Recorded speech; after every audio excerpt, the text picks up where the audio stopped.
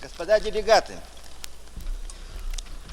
прежде всего, позвольте поблагодарить вас за избрание меня, советского представителя, в качестве одного из 4 председателей конференции.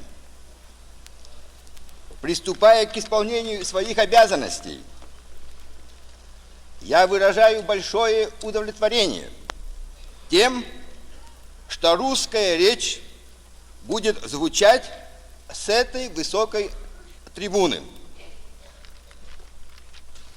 Господа делегаты, господа, объявляется открытым 4-е пленарное заседание Конференции Объединенных Наций по международной организации. Теперь мы будем иметь честь услышать председателей других делегаций, изъявивших желание обратиться к конференции. Fellow delegates, permit me above all to thank you for having elected me, the Soviet representative, as one of the 4 presidents of the conference. Assuming the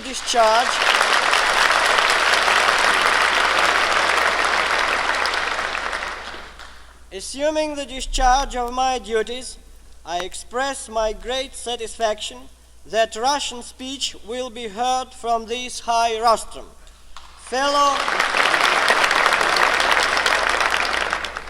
Fellow delegates, ladies and gentlemen, the 4th plenary session of the United Nations Conference on International Organization is hereby convened.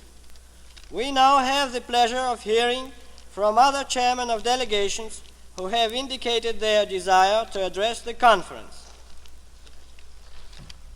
Слово имеет председатель делегации Эль-Сальвадора. Прошу занять его место. I now recognize the chairman of the delegation of El Salvador,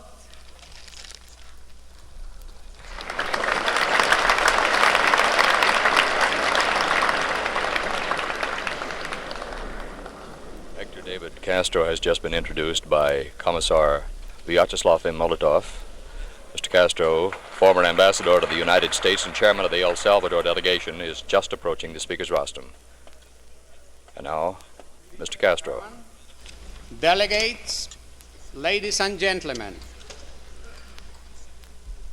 I express on this occasion the deep gratitude of my government for the cordial welcome that the delegation of El Salvador to this important conference has received in San Francisco.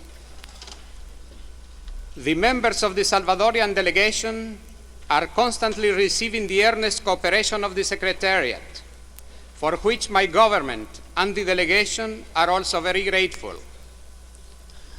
We are very happy to be here, and we feel optimistic in regard to the results of our labors.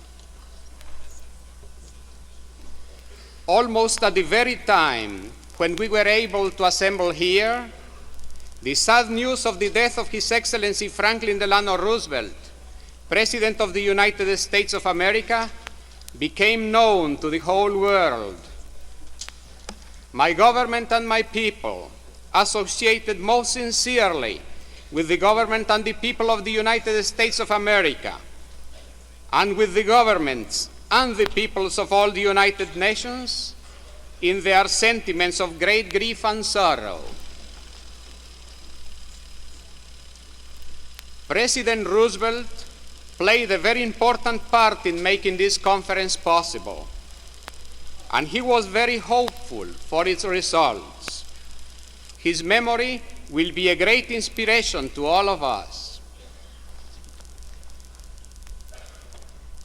All members of the Salvadorian delegation are fully aware of the heavy responsibilities which are placed upon the shoulders of all delegates to this conference in our common task of organizing the future peace. The conference itself is the focus where the eyes of the whole world are centered in these eventful days. The hopes of humanity are also centered here. We must be successful. We cannot afford to disappoint our peoples. We must relieve their anxieties and fear. I cannot but recall vividly some of the words of His Excellency Harry S. Truman, President of the United States of America, which were transmitted to us by radio at the opening session of this conference. I quote, "You, members of this conference, are to be the architects of the better world. In your hands rests our future. By your labors at this conference, we shall know if suffering humanity is to achieve a just and lasting peace." End of the quotation. We certainly have a tremendous task to perform, and we must be successful. Our agenda includes the Dumbarton Oaks proposals, which contemplates as the principal organs of the United Nations for the maintenance of peace the following: a General Assembly, a Security Council, an International Court of Justice, and a Secretariat. I naturally regard the General Assembly as the most representative body of the United Nations because of the two following characteristics of same. First, every one of the United Nations is to be represented there. And second, all such nations will have an equal vote.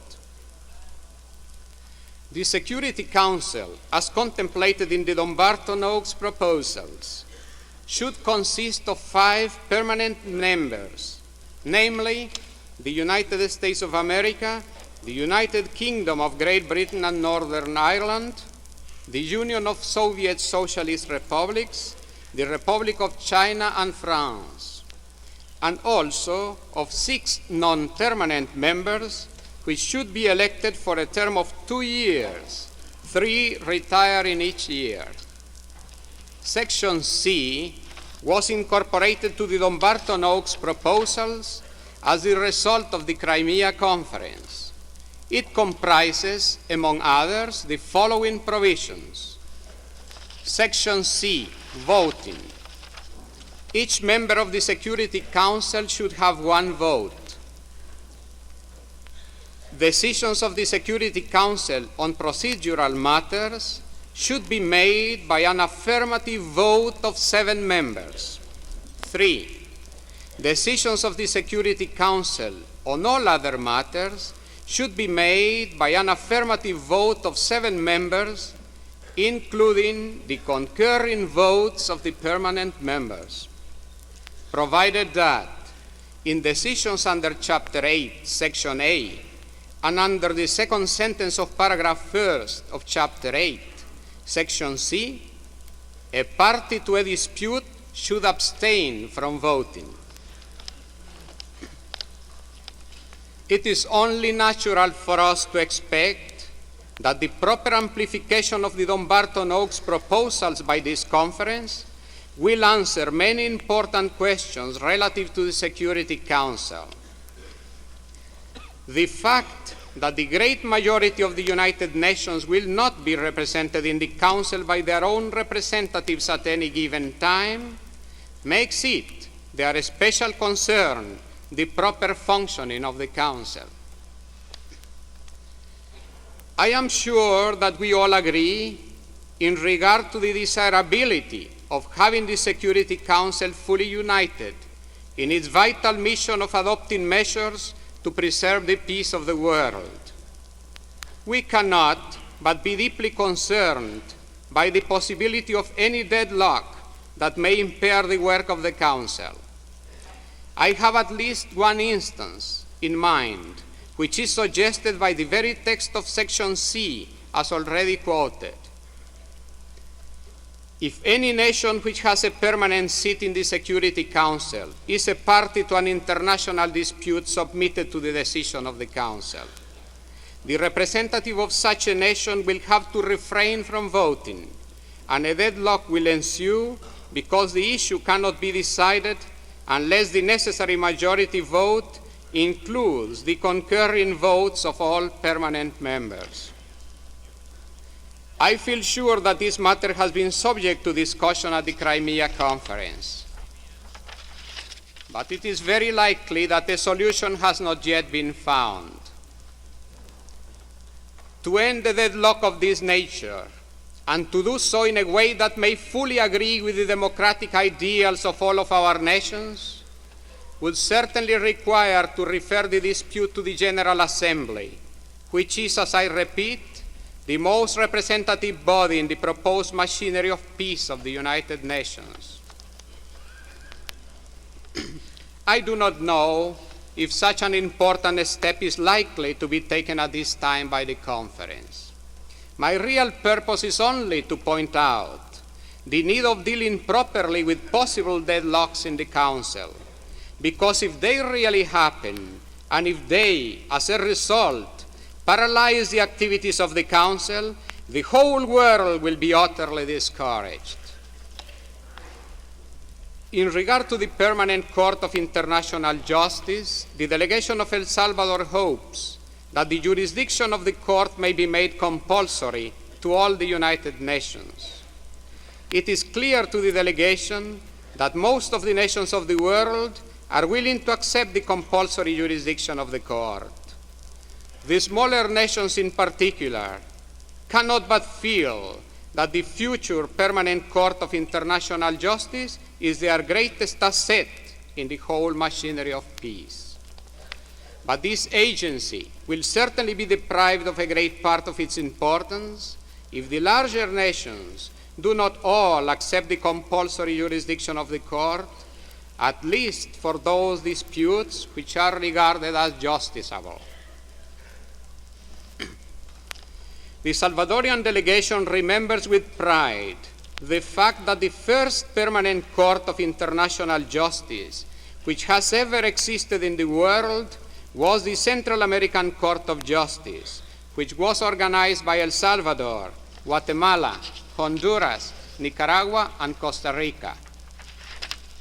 The court existed from 1907 to 1917, and it had compulsory jurisdiction on all international controversies of the republics of Central America.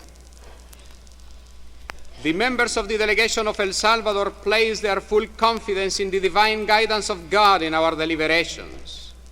We therefore rely fully on the satisfactory results of this conference.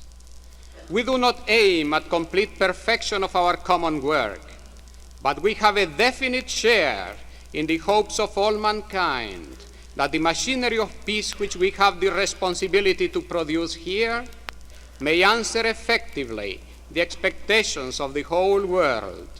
I thank you, ladies and gentlemen. Ladies and gentlemen, you have just heard Hector David Castro, former ambassador to the United States and chairman of the El Salvador delegation, speaking before the conference. And now back to Mr. Molotov.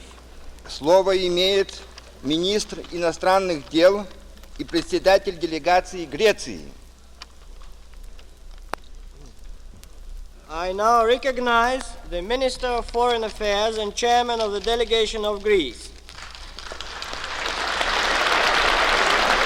Minister of Foreign Affairs and chairman of the Greek delegation has just been introduced by Commissar Vyacheslav Molotov, as interpreted by his interpreter, Mr. Pavlov.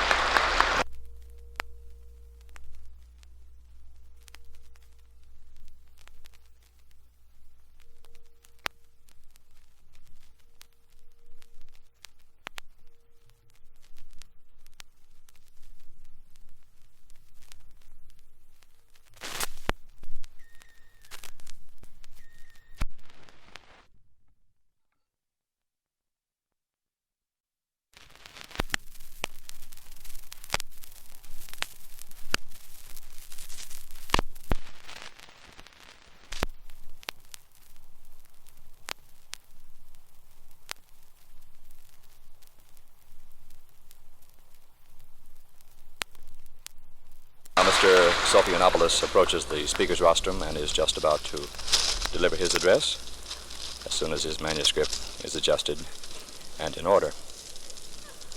Now, Mr. Sophianopoulos,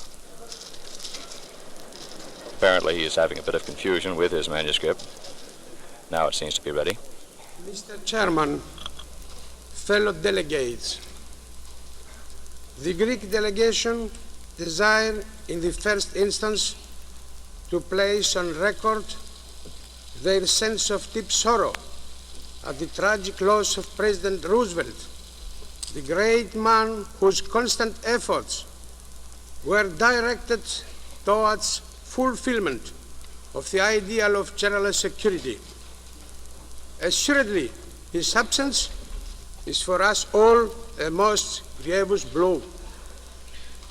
We are privileged to listen at the opening session to the encouraging words of President Truman, and as he assured the conference of his support, and to receive a no less heartening assurance from Mr. Stettinius.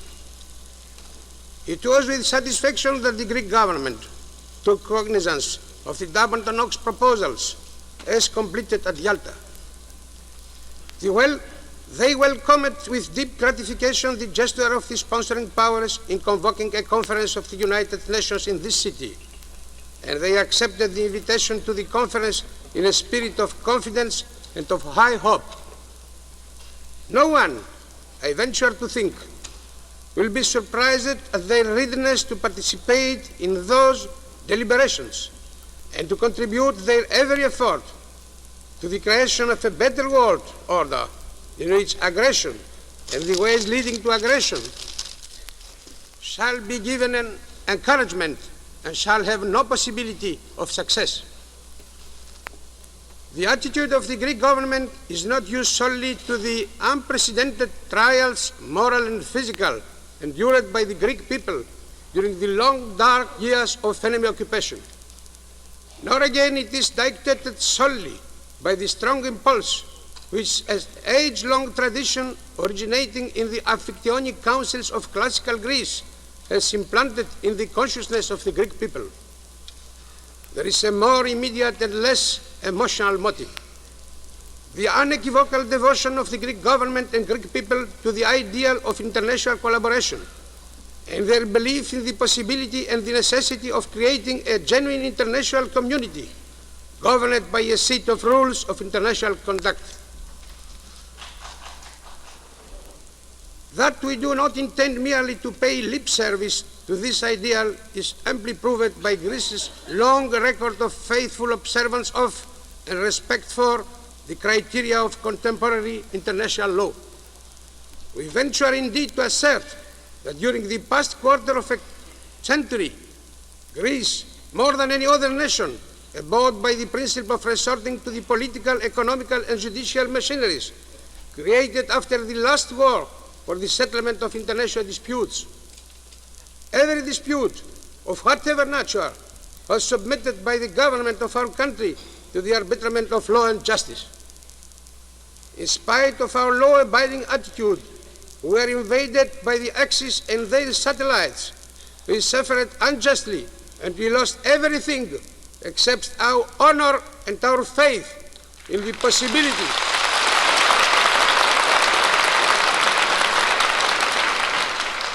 of setting up a world order immune from violence, from fear, and from want.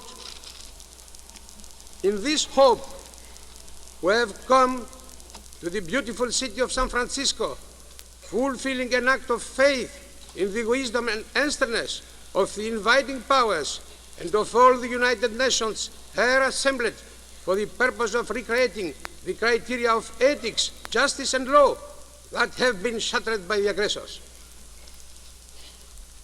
It is incumbent upon us, in the first place, to express our gratitude to the United States government and to the states of California for their generous hospitality and for all the facilities so kindly afforded for the success of our mission. I should also take this opportunity of extending our thanks to Mr. Lapham, Mayor of San Francisco, for the many tokens of hospitality showered on the delegation to the conference. Peoples of diverse origin, race, language, and religion have come to this land and not only created a great nation, but also discovered the secret of working together for a great cause, the cause of democracy.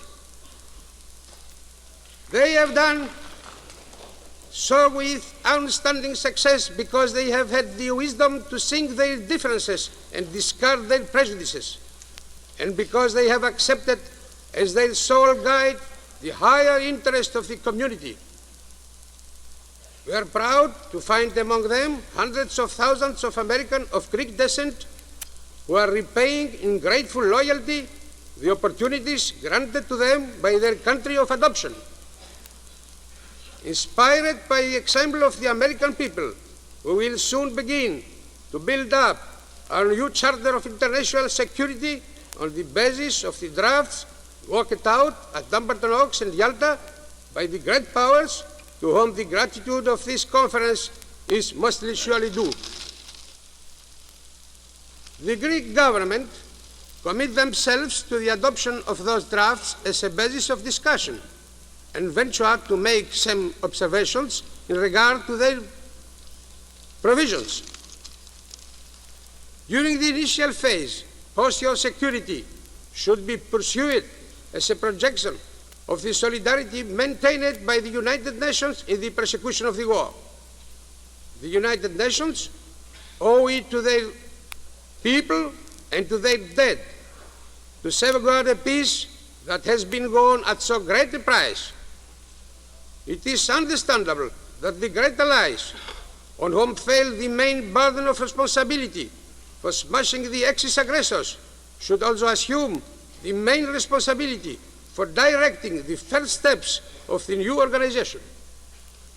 Their continued unity of purpose and collaboration are the principal prerequisite of peace. Does this mean that the small powers should resign themselves to complete self-effacement? We do not think so. On the contrary, there is ample scope for their activities. The gods will help only those who help themselves. And during this war, we have seen a few so-called small countries who made no mean contribution to our common victory. At the time when Britain was resisting alone the fury of the German assaults, the Greek people did not flinch from facing the treacherous fascist attack, and for 6 long months victoriously withstood and overcome their onslaught, thereby provoking Hitler's wrath and calling down upon the Greek people the fury of his vengeance.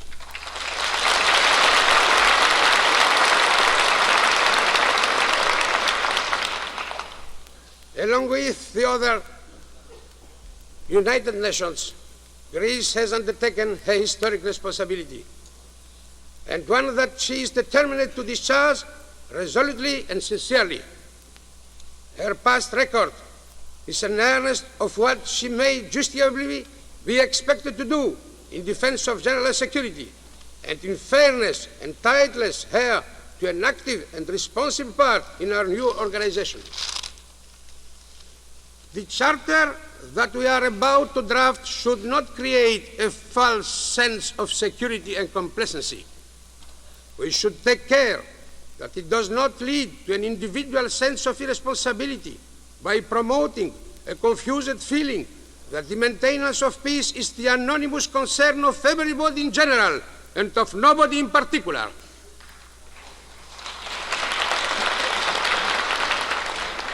For those, a convenient alibi would be provided for governments reluctant to shoulder courageously their share of the responsibility. The undoing of the League of Nations was due also to this cause and not to constitutional shortcomings.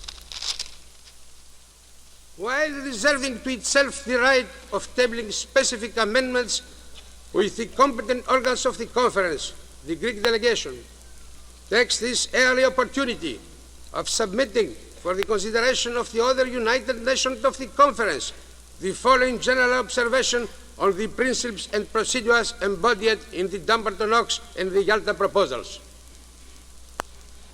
the maintenance of peace and security and the development of friendly relations and of international cooperation for the solution of international problems should be linked with the generally accepted principles of justice, morality, and international law. Decisions of the Security Council should be governed by criteria of law and justice. In the opinion of the Greek delegation, the role assigned to the General Assembly should be a more active one.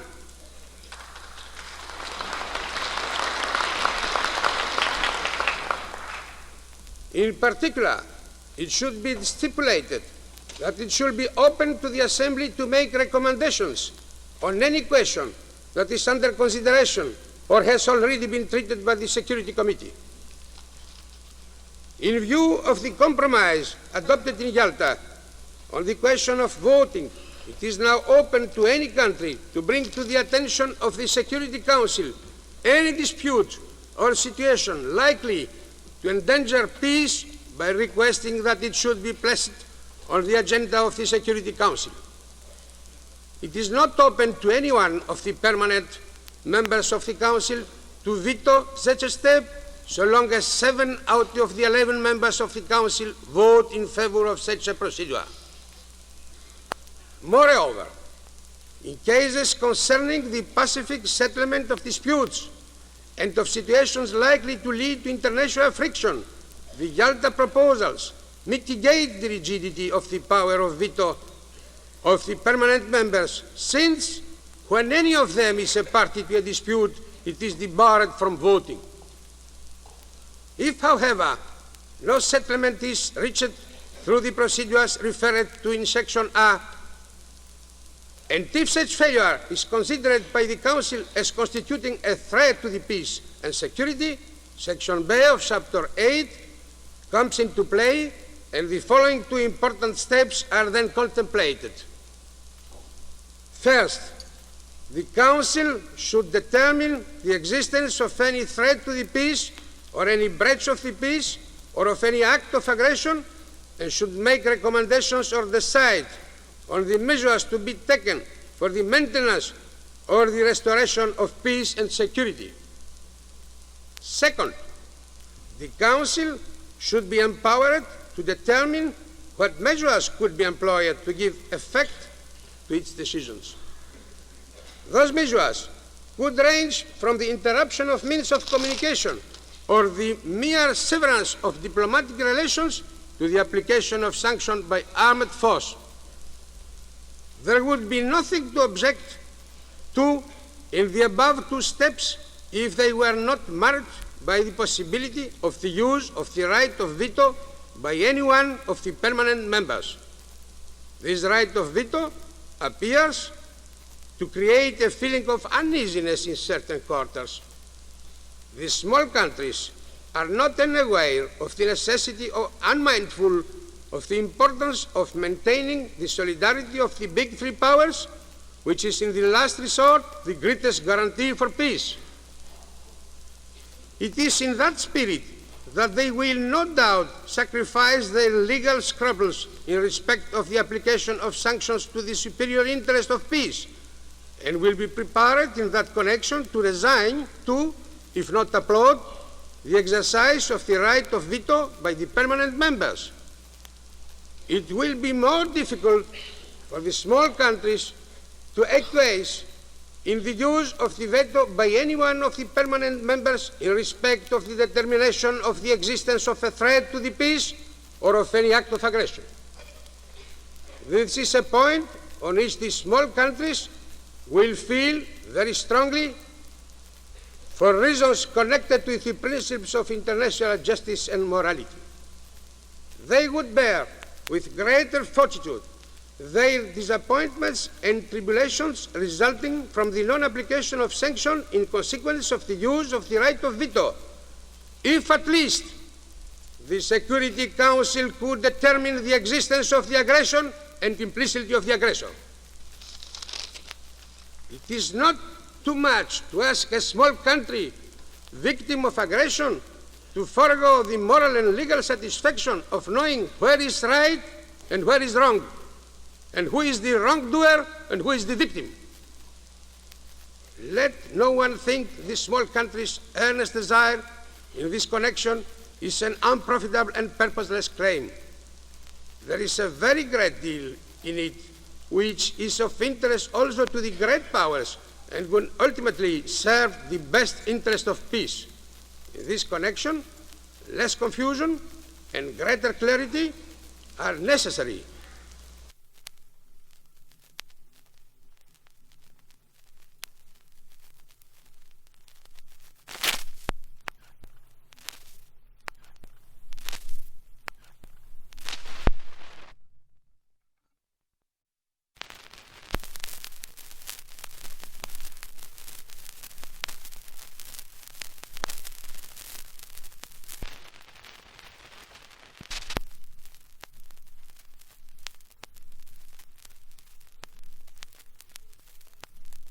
And they would have a restraining effect on the potential aggressor. We venture to suggest a few alternative remedies to those drawbacks. The best course to take would be that the permanent members should, of their own accord, relinquish their right of veto in the determination of the existence of a breach of peace or of an act of aggression. This would make it possible for the Council de dire le droit, a fundamental element of any charter of security worthy of that name. Failing this, it is suggested that the permanent members should relinquish their right of veto in the determination of the existence of a breach of peace or of an act of aggression when two or more countries other than permanent members of the Security Council are concerned. It is further suggested that at least a recommendation should be obtainable from the Security Council without the faculty of the use by the permanent members of the right of veto. In particular, those people who have sacrificed all their material wealth in fighting and The Greek delegation welcomes the provisions concerning an International Court of Justice as the judiciary of the new organization. It could also welcome the extension of the compulsory jurisdiction of the court in the settlement of legal points. In connection with the section concerning the Pacific settlement of disputes, it is suggested that it should be left to the court to decide whether or not a given situation or dispute arises out of matters that under international law fall within the domestic jurisdiction of the state concerned. The Greek government welcomed wholeheartedly the provisions contained in Chapter 9 of the proposal, which provide for the creation of a special council to deal with economic, social, and other humanitarian problems. The great sufferings and sacrifices sustained by millions of people will have been made in vain unless the nations that have fought side by side in this terrible war shall have learned at last the supreme lesson that there cannot and will not be peace and political security in the world if we are unable to bring about a satisfactory degree of international economic stability and prosperity, and to assure to the peoples of all nations the conditions of health, social security, well-being, and education to which they have an imperative claim.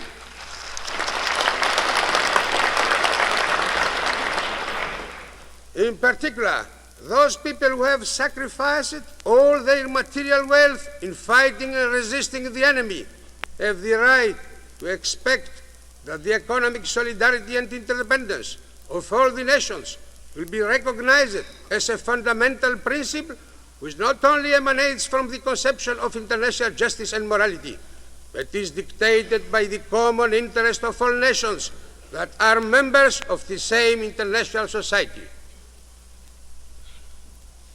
Those are, in brief, the general observations of the Greek government on some of the essential features of the Dumbarton Oaks proposals as completed by the text adopted at Yalta. It is the earnest desire and wish of the Greek people, as indeed of the peoples of the United Nations, that this conference may respond to their expectations and to the challenge which is made to the statesmanship of the eminent representatives assembled here, may we not fail them. Before closing, I desire, in the name of my government, to express our fervent wishes for the success of this conference.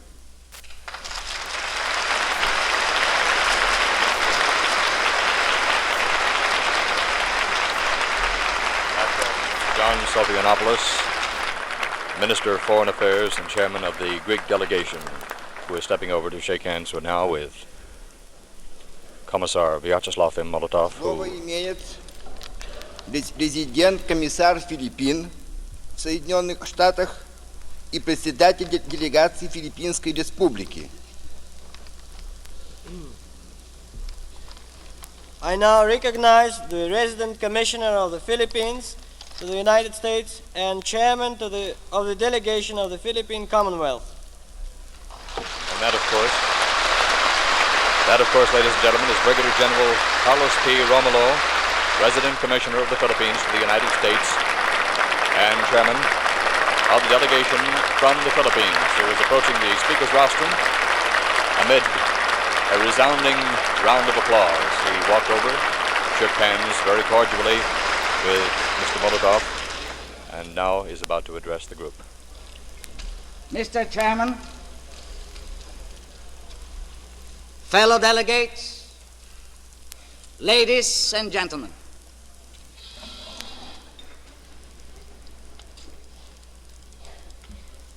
let us make this floor the last battlefield.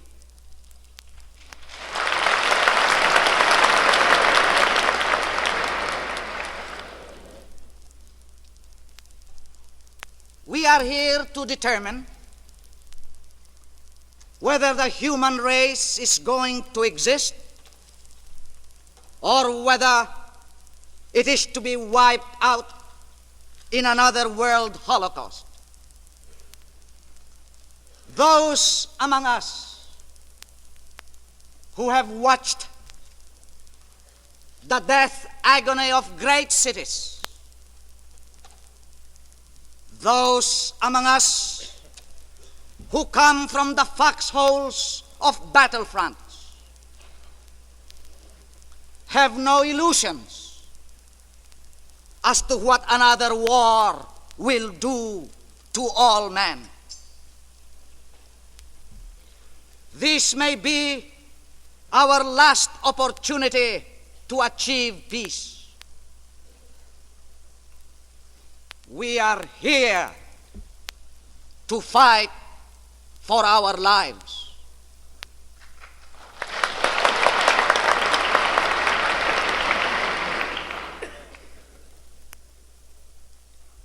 As one from the troubled Pacific, let me impress upon you that unless all men of goodwill act now and together, unless we are determined in this conference to achieve our goal, we are but preparing the setting for another world cataclysm. If we fail, we may find ourselves in another global war with the Pacific as its maelstrom.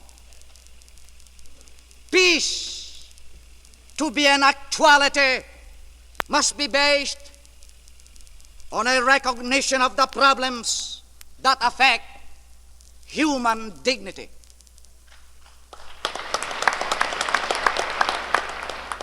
We have seen in the ultimate achievement of aggression in the human bonfires of Manila and Essen, these living torches lighted the road back to savagery.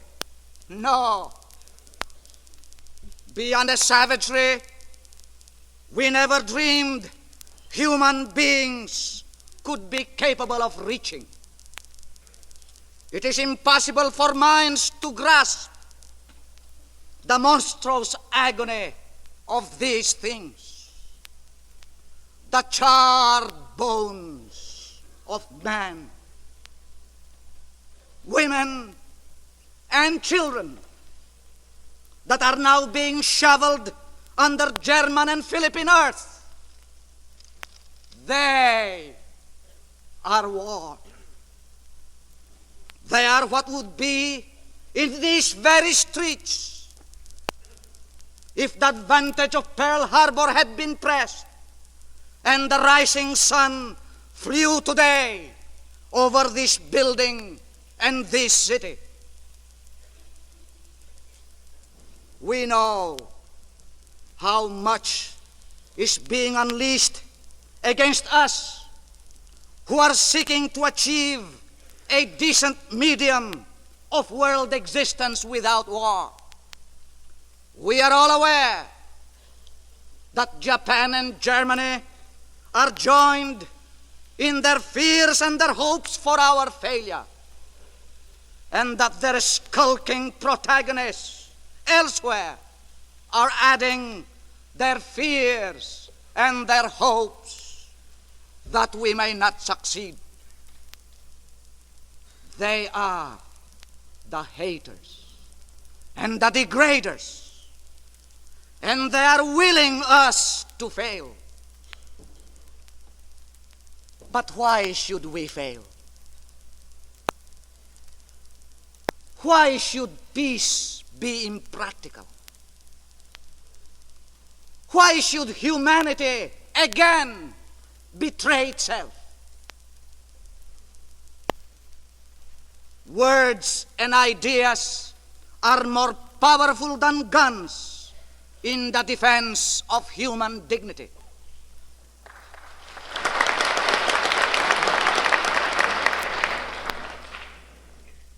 Treaties are stronger than armamented boundaries. The only impregnable line is that of human understanding.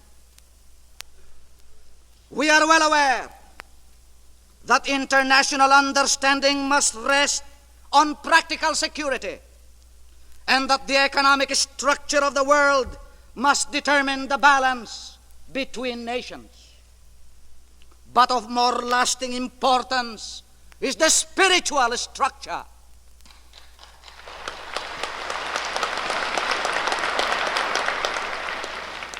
Technicalities can be ironed out. The wise and the shrewd of all lands can come to an understanding.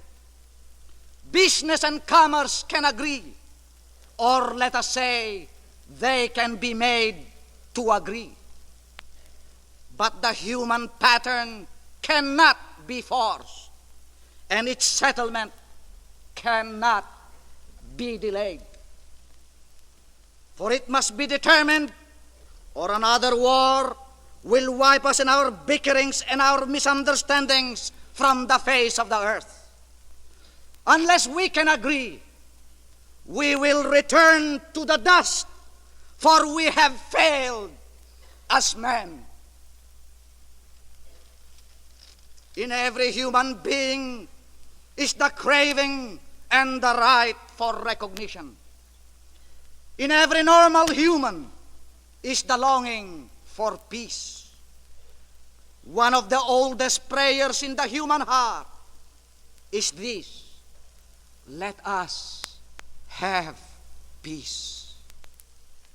The mountain of man's progress is great and terrible, and they who climb must adjust their pace to the weakest of the entire chain, or the entire chain of climbers will go down.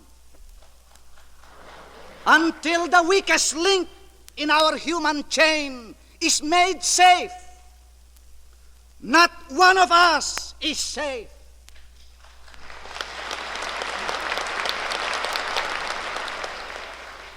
We must determine here and now this basic pattern of understanding that will ensure world security.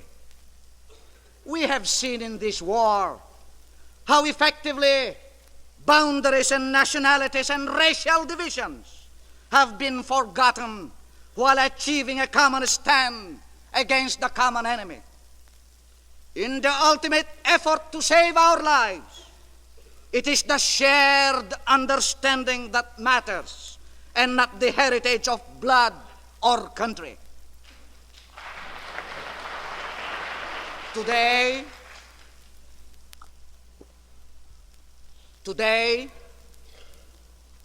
1 billion Oriental faces are turned pleadingly towards us for recognition of their human rights. It is their hope and their prayer that the peace which this conference is seeking to secure is one that will not neglect the uplift and development of all socially and economically depressed areas and peoples, but one that will help them raise to a plane of living where they can become not merely bystanders, but effective collaborators in the promotion of human welfare and advancement.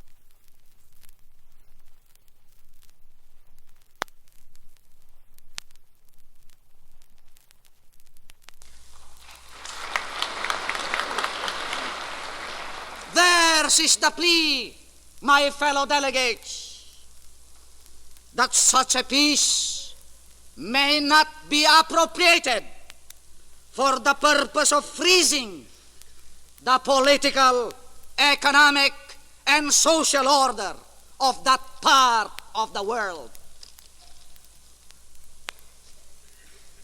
May I pause here to pay tribute to the memory of Franklin Delano Roosevelt.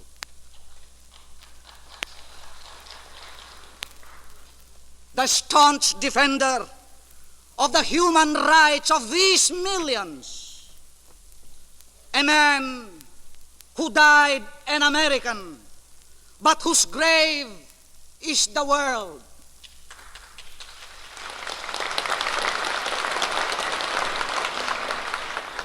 The peerless leader who gave new meaning to our lives in the Far East, because he was the champion not only of the forgotten men of his own nation, but of the forgotten men everywhere in the world.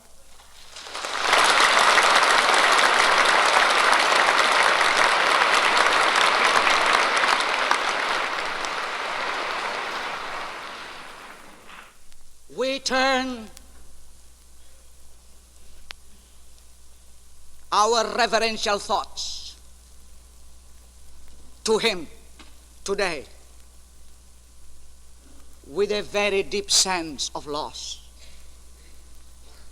Because to us of the United Nations, he is the symbol of all the ideals for which we are fighting in this war. And his passing away at this time deprives us of his guidance and inspiration. We find consolation and strength in the assurance that in Harry S. Truman, his worthy successor, his spirit marches on.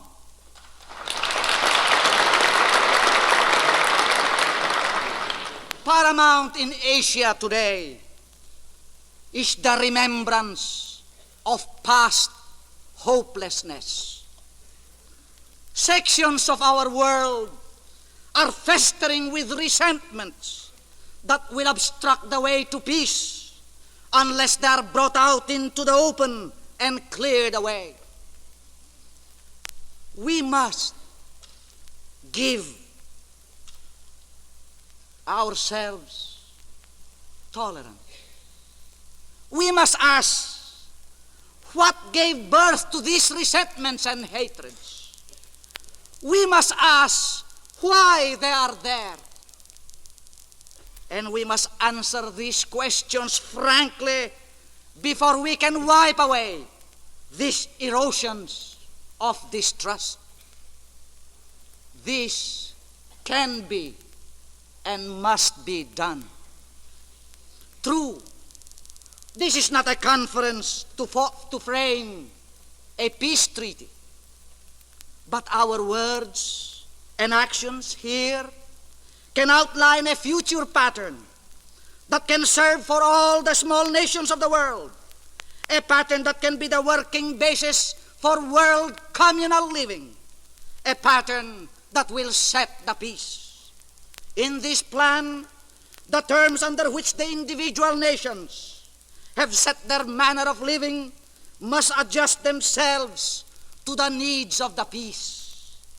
Power must become pliable.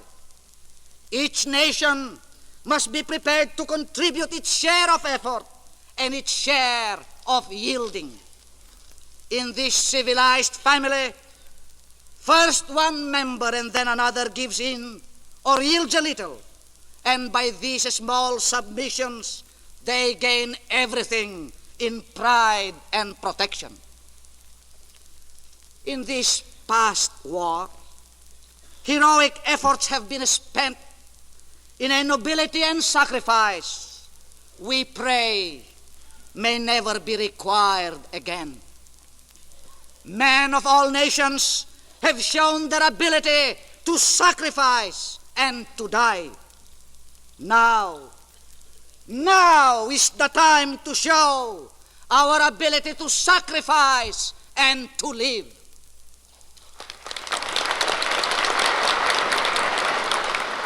For without mutual sacrifice, now we will only live to die. There is a pattern to study and dissect. It is one of the spirit of what we must call the human soul.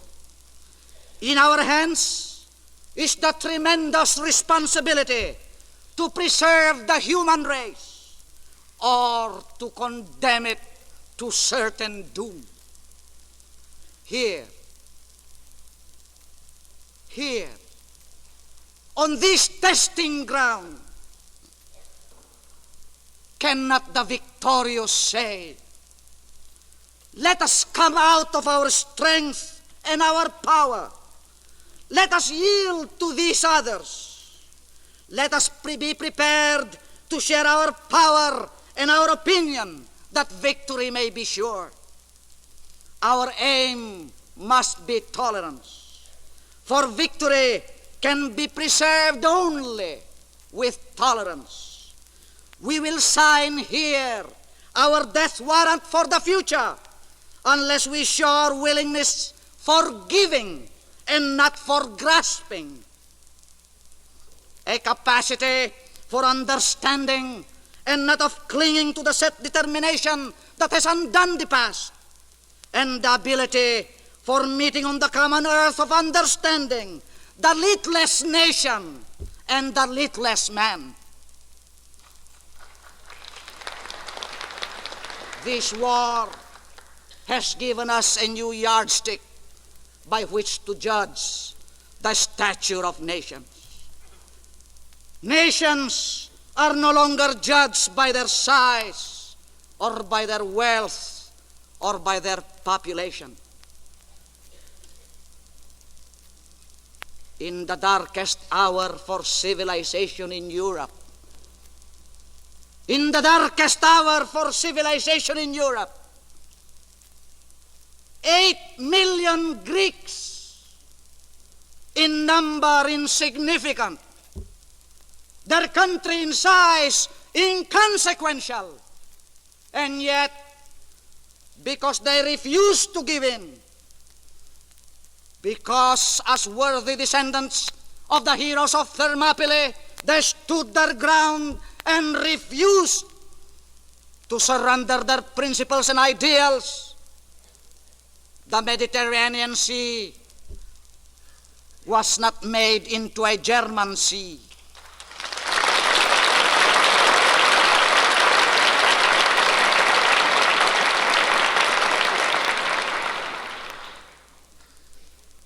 We were able, through our forces, to invade North Africa, from where German bombers could have been based to attack the Atlantic seaboard.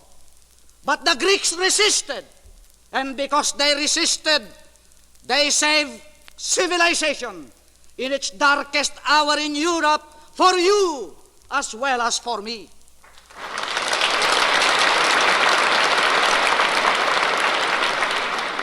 But that was in Europe. In the Pacific, let us review the events of the recent past. Let us recall how nations in that section of the globe collapsed one after another before the Japanese onslaught. And it was dark indeed for civilization in the Pacific. But 9,000 American soldiers, 9,000 American soldiers, and 75,000 loyal Filipino troops stood their ground in Bataan. They held at bay 300,000 Japanese troops and 500 Japanese planes that at that time could have been used for an outright invasion of Australia. They resisted. They held. They fought. And behind them, 18 million loyal Filipinos. And in the words of Chief of Staff George C. Marshall of the United States Army, later confirmed and substantiated by that great Australian leader, Prime Minister Curtin, those 4 months that we resisted the Japanese in Bataan and Corregidor gave the United Nations time to prepare in Australia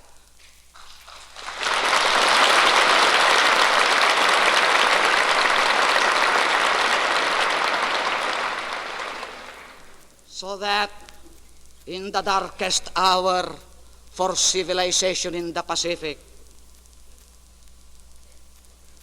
18 million Filipinos, insignificant in number, their country a mere dot on the map, helped to save civilization for you as well as for me.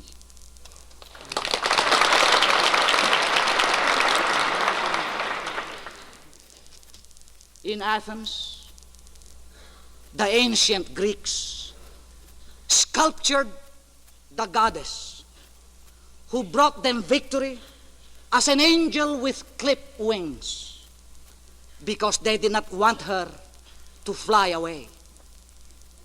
They wanted to keep her safe with them, with her feet on the ground. To them as to us, victory represented power. But they were willing to curtail that strength, for they did not want to lose all that they had won. We can find no wiser formula for the lasting victory, which will be the lasting peace.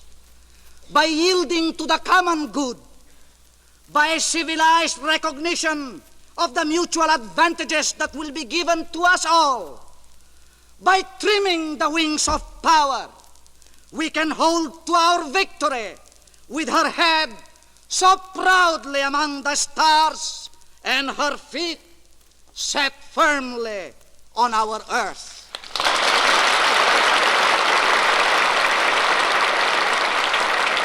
That, ladies and gentlemen, was Brigadier General Carlos P. Romulo, Resident Commissioner of the Philippines to the United States and Chairman of the Philippines delegation. Perhaps one of the most eloquently delivered addresses of this fourth plenary session, under the chairmanship of Commissar Vyacheslav Molotov. And now back to Mr. Molotov, who is just about to address the congregation. Слово предоставляется министру иностранных дел и председателю делегации Уругвая. I now recognize the Minister of Foreign Affairs and the Chairman of the Delegation of Uruguay.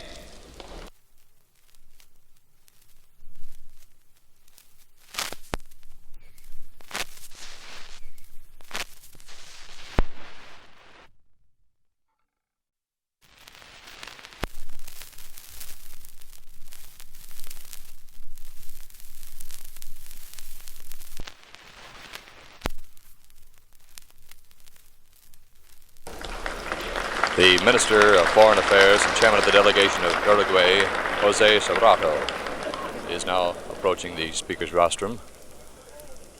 He's having just a bit of difficulty getting through the lensmen who are busily snapping pictures. And now he is approaching Commissar Vyacheslav Molotov, shaking hands most cordially. Mr. Serrato, as a stately gentleman, approaches the Speaker's rostrum, unfolds his manuscript, reaches for his pince nez, which he is adjusting, and now he addresses the commissar. Señores delegados, señoras y señores,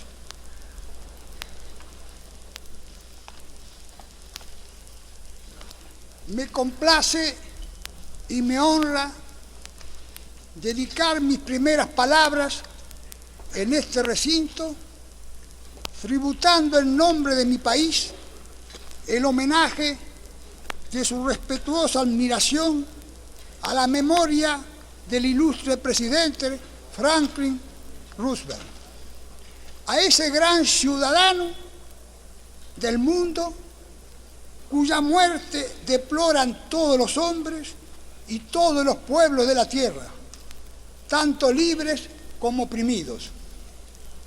Su nombre ocupará un sitio prominente en la historia de la humanidad por su inmolación voluntaria por servirla, sin límites ni descanso, sin temores ni suspicacias, y con inspiraciones nobles y superiores en sus legítimos y comunes anhelos de libertad y bienestar.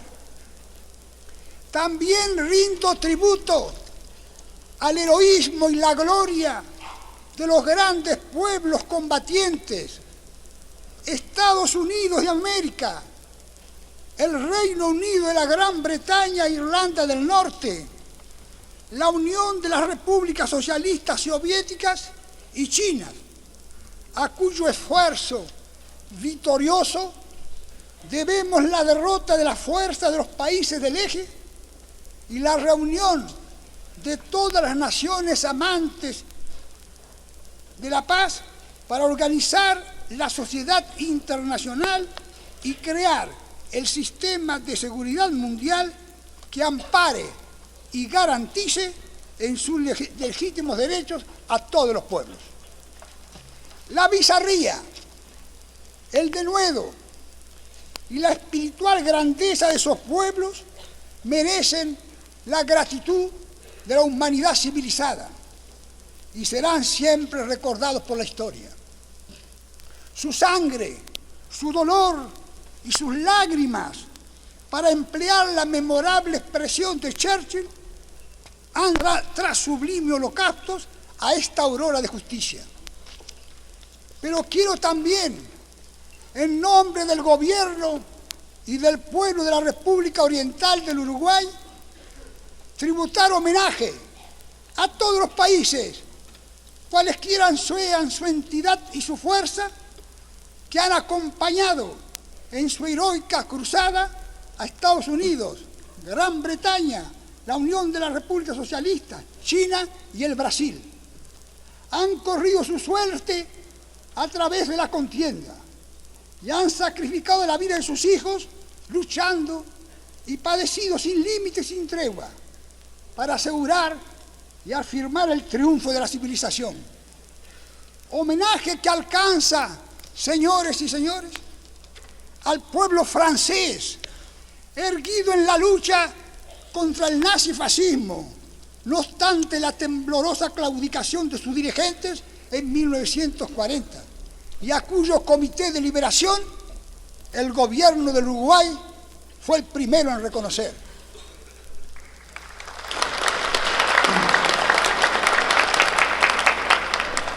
El Uruguay, en las horas más duras de la conflagración, tuvo el honor de ser fiel al llamado de la civilización en peligro. Sin titubear y sin temer el poderío del eje, desafiando riesgos y represalias, su pueblo se alistó desde el primer momento en la lucha contra la agresión.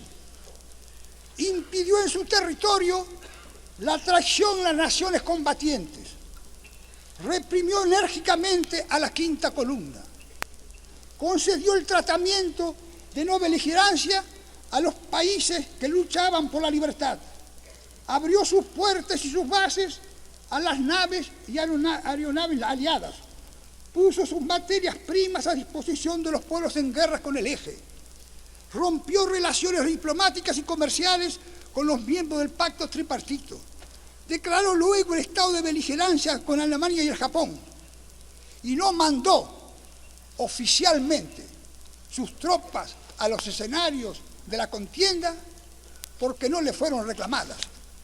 Pero sus voluntarios, grupo inolvidable de jóvenes fervorosos, dejaron despojos sagrados en los campos de batalla de África y Europa.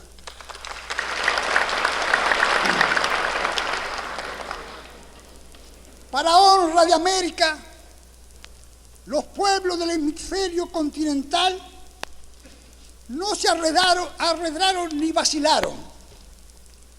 Contribuyeron con medida de defensa política, procedimientos de no beligerancia, lealtad democrática, materias primas, rompimiento de relaciones y declaraciones de guerra a la lucha y al triunfo sobre las potencias del eje. Y en la hora aciaga del pérfido ataque de Pearl Harbor, el 7 de diciembre de 1941, estrecharon vínculos y esfuerzos para expresar, materializar y sostener sin declinaciones, ni reticencias, ni temores, su solidaridad más amplia y activa con Estados Unidos, el grande y heroico pueblo continental, agredido a mansalva y sin perdón. Otro pueblo hermano, el Brasil, ha mandado su bizarro ejército expedicionario al frente de Italia, donde coopera con honor en el triunfo aliado. Han sido los pueblos americanos, pues, leales colaboradores en la lucha contra la agresión y la conquista. Y así como prestaron un eficiente e indudable concurso a través de la contienda, dentro de sus posibilidades y recursos, también desean, señores y señoras, prestarlos respondiendo a los altos ideales de su historia y su conducta en las tareas de organizar el mundo y conciliar la paz y el bienestar de los hombres. No son los llamados países latinoamericanos estados que puedan rivalizar en población y en fuerza militar y económica con las grandes potencias, pero poseen en cambio una invulnerable y preciosa fuerza moral de adhesión al derecho, amor a la libertad y respeto a los ideales democráticos, que no puede ser desdeñada ni preterida sin mengua y perjuicio de los destinos humanos. Los pueblos pequeños, sin poder bélico, constituyen siempre una fuerza en beneficio de la paz y la justicia internacional. porque todo lo esperan en el derecho y tienen que execrar invariablemente las agresiones, los atentados y las violencias. La espada del conquistador y el hacha del verdugo son por ellos maldecidos. De ahí que en la futura organización del mundo, esos pueblos, sin soberbia y sin afanes ni propósito de conquista, pueden y deben ser considerados como una nueva gran potencia al servicio de la convivencia pacífica de las naciones.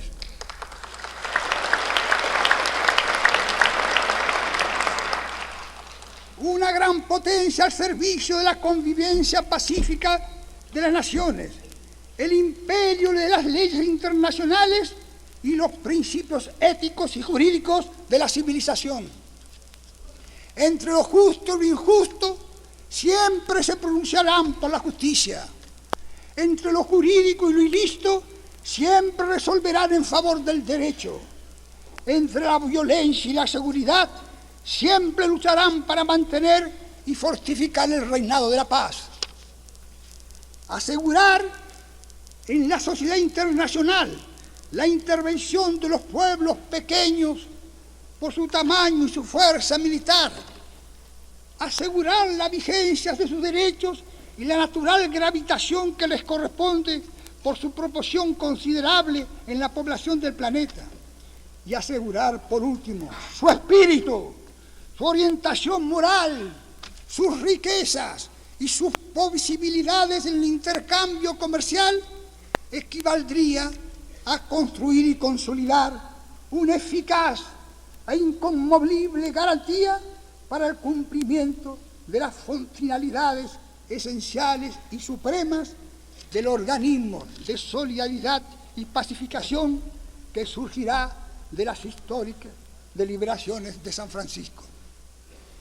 Los pueblos latinoamericanos constituyen una elocuente prueba de cuanto afirmo. No habían sido directamente atacados en la anterior guerra mundial, ni en la actual. No tenían pleitos territoriales ni litigios fronterizos con los países agresores. No alimentaban planes de expansión ni proyectos de codicia. Pero una y otra vez, sin embargo, no trepidaron en decidirse por la libertad contra la opresión, alineándose fuertemente con las naciones que defendían en el mundo, según la iluminada palabra de Woodrow Wilson, los tesoros del derecho. El Uruguay, en cuyo nombre hablo, ha guardado y guarda indeclinable fidelidad a ese espíritu.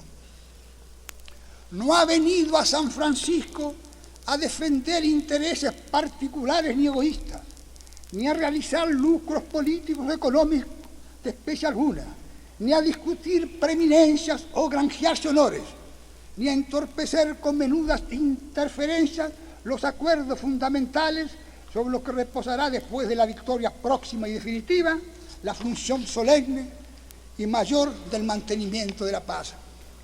El Uruguay, señores, ha venido a San Francisco a colaborar lealmente en la organización del mundo y de la seguridad internacional con intención constructiva, sin prejuicios ni quimeras, reñidas con la realidad, pero con el anhelo y la esperanza de que el universo del futuro responda y satisfaga al ideal de justicia que anima a los pueblos y los hombres de todos los continentes.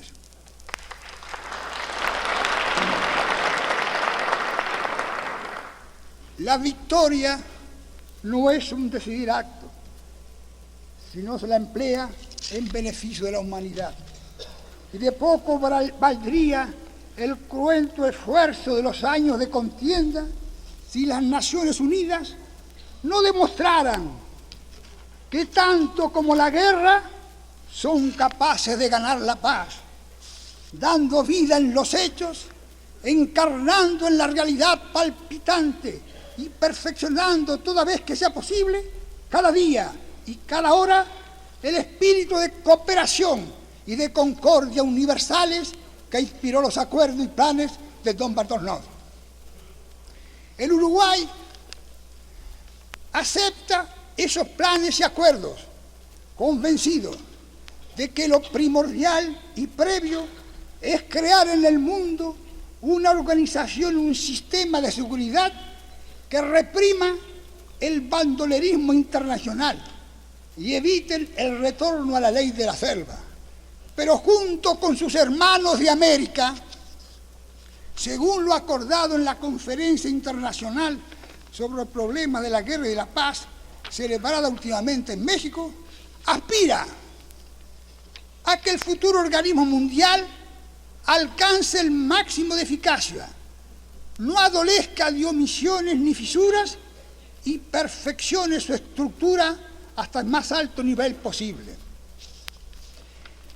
El Uruguay se complace en que se instituya una organización mundial en que las naciones participantes sean reconocidas como jurídicamente iguales y se destina a garantizar la seguridad internacional, pero también desea que entre sus fines más decididos y precisos tengan los de realizar permanentemente los ideales por que los pueblos libres han luchado y sufrido en esta guerra: el imperio del derecho, el triunfo de la libertad, el respeto a la dignidad de la persona humana, la proscripción de la violencia en cualquiera de sus formas como instrumento de solución y el repudio a las doctrinas de división y preeminencias raciales.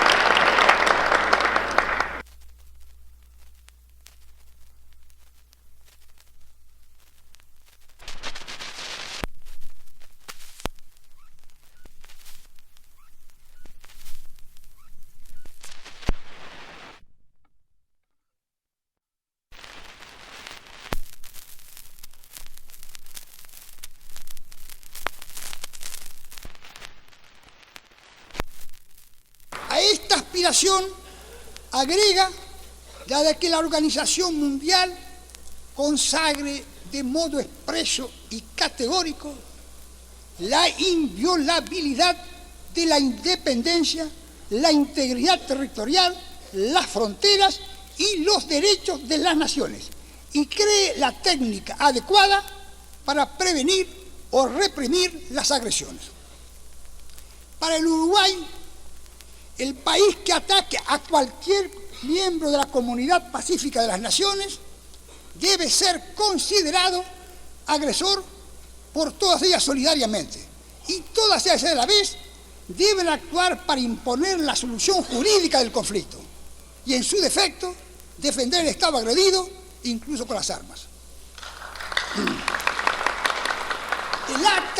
El acta de Chapultepec, aprobada por las Naciones Americanas en la Conferencia de México, ha consagrado el principio y organizado procedimientos de prevención y sanción de los atentados agresores a iniciativa del Uruguay, Brasil y Colombia.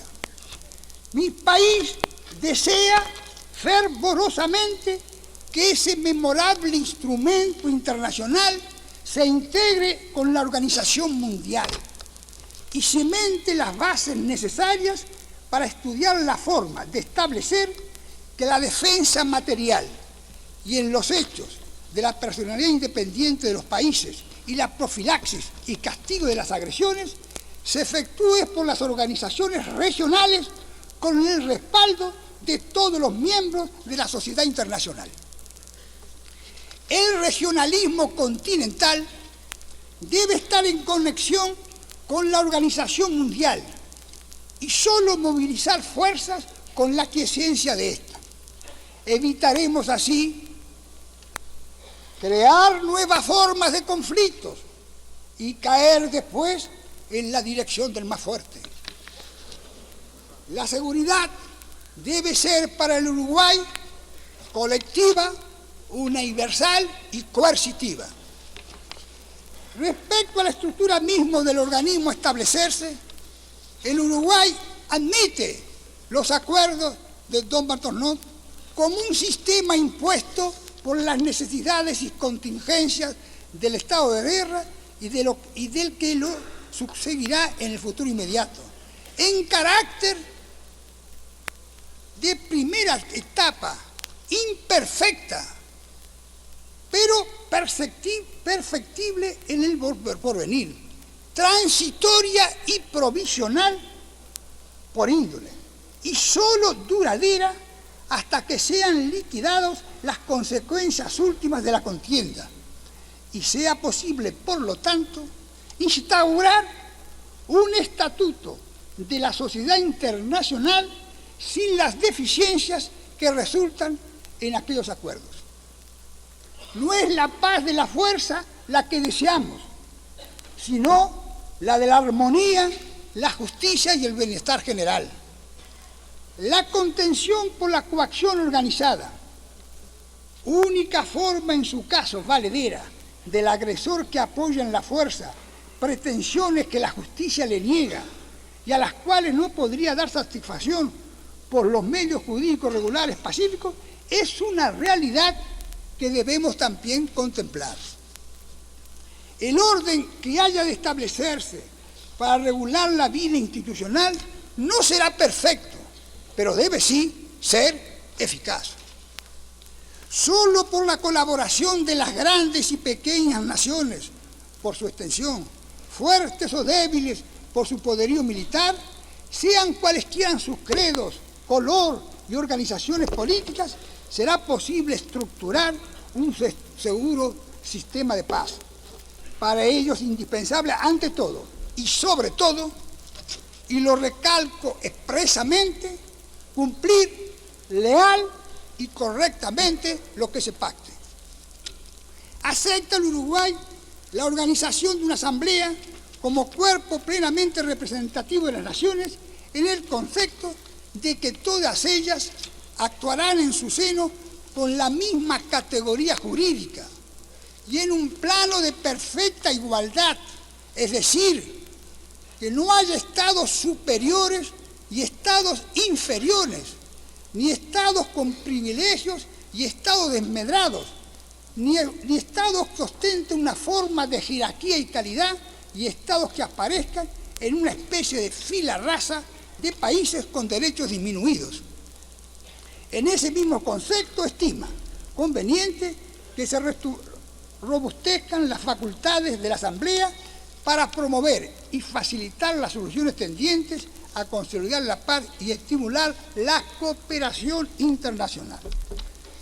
Con relación al Consejo de Seguridad proyectado, mi país declara que, de acuerdo con sus tradiciones nunca declinadas, sustenta el ideal de que sea integrado por procedimientos de origen democrático, debiendo ingresar a su dirección los asociados por elección de la Asamblea y sin diferencias ni prerrogativas ni derechos. Pero, en las circunstancias actuales, sin embargo, acepta con carácter transitorio que a las 4 grandes países, Estados Unidos de América, el Reino Unido, la Unión de las Repúblicas Socialistas Soviéticas y China, que han soportado el más duro peso de la guerra, han contribuido con más decisivos aportes a la victoria y tendrán los más graves deberes y responsabilidades en el mantenimiento de la paz futura, se les aseguro, puestos en el Consejo, pero no indefinidamente, sino por un plazo que se juzgue prudencial, 8 o 10 años, por ejemplo.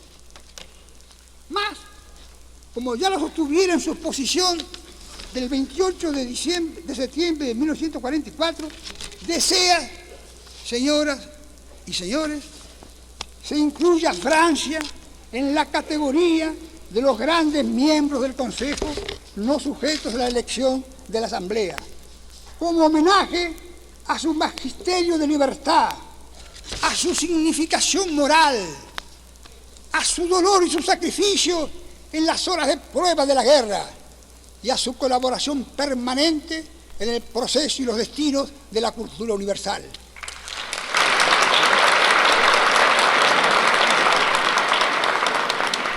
Estima también que debiera tenerse en cuenta a las naciones de la América Latina para integrar el Consejo, en consideración a sus probados ideales de paz y armonía internacional.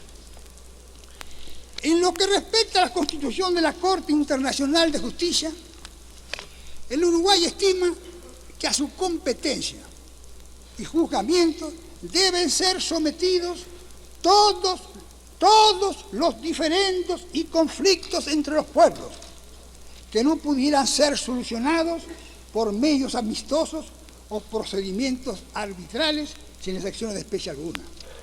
Así lo sostiene porque alienta la convicción de que todos los conflictos internacionales son materia de solución por el derecho, y porque tiene el temor de que si se distinguiese entre disputas políticas y disputas jurídicas, y se eliminase a las primeras del área de la Corte Internacional de Justicia, se podría rehabilitar la intervención de la fuerza en las operaciones o controversias entre los Estados. La Corte, a su juicio, debe tener carácter universal y de única, como corresponde a los atributos mismos de la justicia, no debiéndose permitir, por consiguiente, cortes para regímenes ni zonas determinadas del mundo. También adhiere el Uruguay al establecimiento del Consejo Económico Social, directamente elegido por la Asamblea, la que tendría libertad en materias sociales y económicas de hacer recomendaciones a los Estados miembros del Instituto. En esta organización y en su sabia acción futura, mi país cifra grandes intereses y esperanzas, luego que, antes de ahora, ha tenido el honor de declarar que la paz no debe ser juzgada como un fin en sí misma, sino como un punto de partida, un medio y un instrumento para realizar el mejoramiento de las condiciones económicas y espirituales de la vida de los pueblos. No será posible alcanzar la paz internacional por todos anhelada si no se logra la paz social. Para ello es indispensable que la vida económica del mundo se asiente sobre bases más justas, que la cooperación entre los pueblos responda a principios activos y se realice con equidad y amplitud, y que las masas populares no sufran la peligrosa insatisfacción en su nivel de existencia que producen los choques sociales, las rebeliones y las guerras.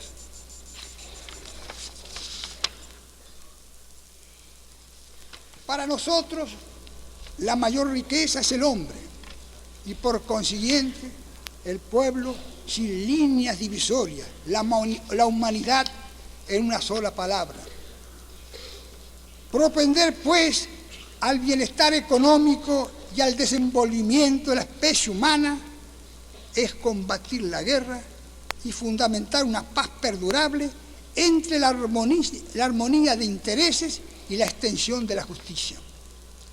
A esta riqueza fundamental y preciosa, el Uruguay ha tratado de preservarla, defenderla y custodiarla, disponiendo que sus delegados a las conferencias y congresos de posguerra expresaran la necesidad de combatir el ejercicio perturbador del dumping en el comercio internacional. A esos fines ha propuesto que los gobiernos y los pueblos prefieran el intercambio comercial las mercaderías y productos de los países en que rijan y se cumplan los principios y éticos de protección y amparo de los trabajadores contra la explotación del Estado o de los particulares. Desechen las mercaderías y productos de los países que obtienen el menor costo de los mismos a expensas del derecho, la salud y la libertad de las masas trabajadoras y no concierten convenios comerciales con las naciones que mantengan organizaciones de trabajo opresivas para la especie humana. Este principio, en concepto del Uruguay, debiera orientar la actividad y la obra del Consejo Económico Social. Ahora bien, si habrá un organismo encargado de la seguridad, otro de la justicia y otro del ordenamiento económico-social del mundo, debería haber, a su vez, un organismo encargado de la cultura. Mi país considera que será de utilidad organizar un consejo destinado a promover, estimular y encauzar las relaciones del comercio cultural entre las naciones, por lo mismo que cree en el espíritu, en las fuerzas morales y en los factores de la inteligencia, que en definitiva han sido impulsos decisivos para mover armas y conciencias en la lucha contra las potencias del eje. Es necesario en nuestro concepto alcanzar por el renacimiento de los ideales al término de la crisis lacerante de la guerra, el conocimiento y el intercambio de los valores de la cultura, la difusión de nobles ideas que encalmen las almas y aproximen a los hombres, la propagación del espíritu pacifista y el desarrollo del movimiento llamado desarme moral, que predica el respeto y el amor al derecho y a la ética, recomienda la recorrección de textos de historia y geografía que opten al entendimiento y la concordia, y unifica naciones, clases e individuos en el sentimiento y los deberes colectivos de la civilización. Si palabras envenenadas y maestros pérfidos han podido preparar la guerra, palabras generosas y maestros veraces deben mantener la paz.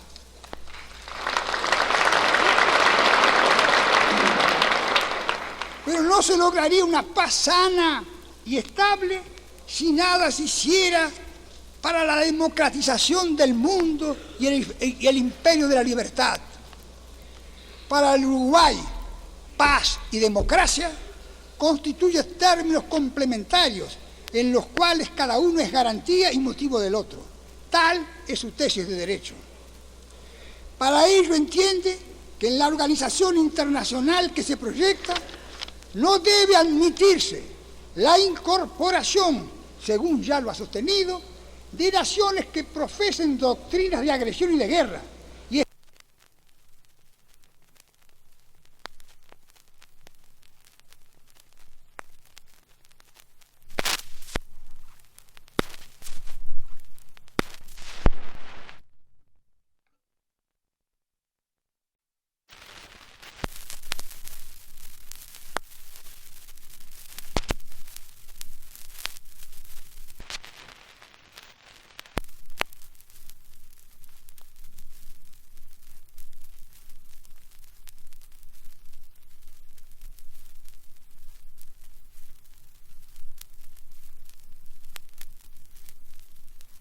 Estén predispuestas a socavar, remover o destruir el orden de la paz jurídica del mundo.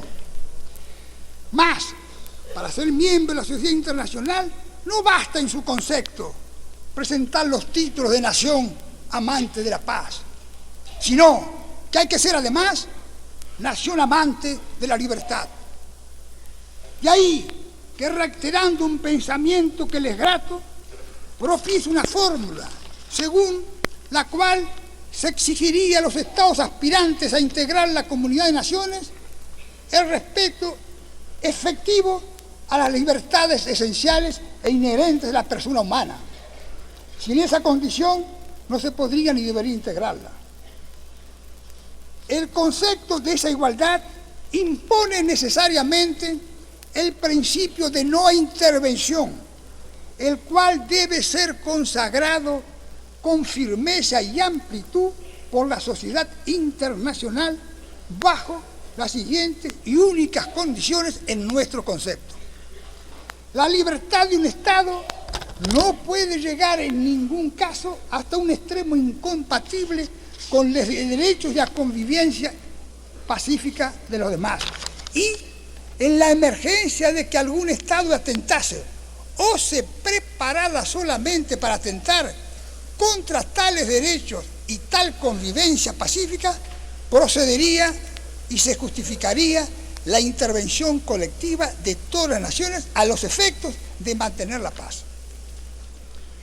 Dentro de la comunidad internacional caben y hasta pueden ser indispensables las organizaciones regionales como el sistema interamericano, a condición expresa de que actúe en la órbita de aquella, no puedan producir en ningún caso la oposición de un continente o una región a otros continentes o regiones y no representen el aislamiento de las naciones que los integran con respecto a las otras naciones del mundo.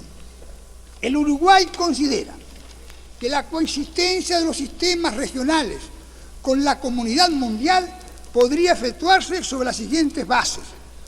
Los sistemas jurídicos de la Organización Mundial y las organizaciones regionales no deben excluirse ni sustituirse, sino articularse y coordinarse, fortaleciendo el imperio del derecho.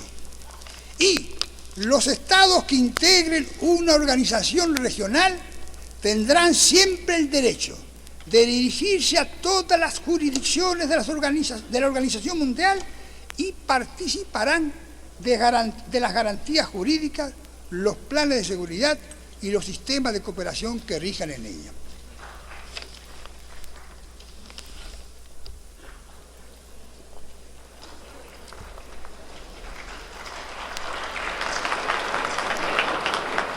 El Uruguay, pues, señor presidente y señores delegados, otorga su adhesión al establecimiento de un orden jurídico internacional que no malogre, sino que consolide los frutos y resultados del empuje victorioso de los pueblos libres contra las potencias del eje.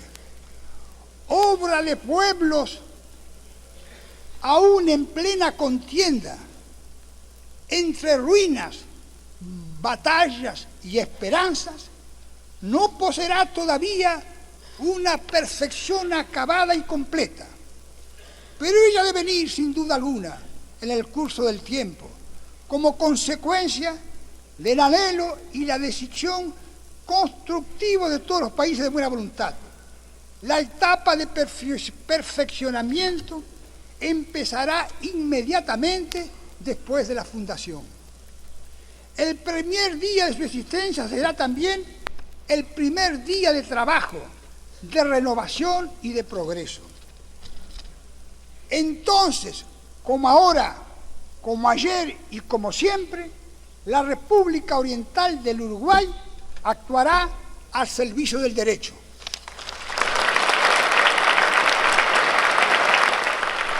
That, ladies and gentlemen, was José Sorato, Minister of Foreign Affairs and Chairman of the delegation from Uruguay, now leaving the Speaker's rostrum.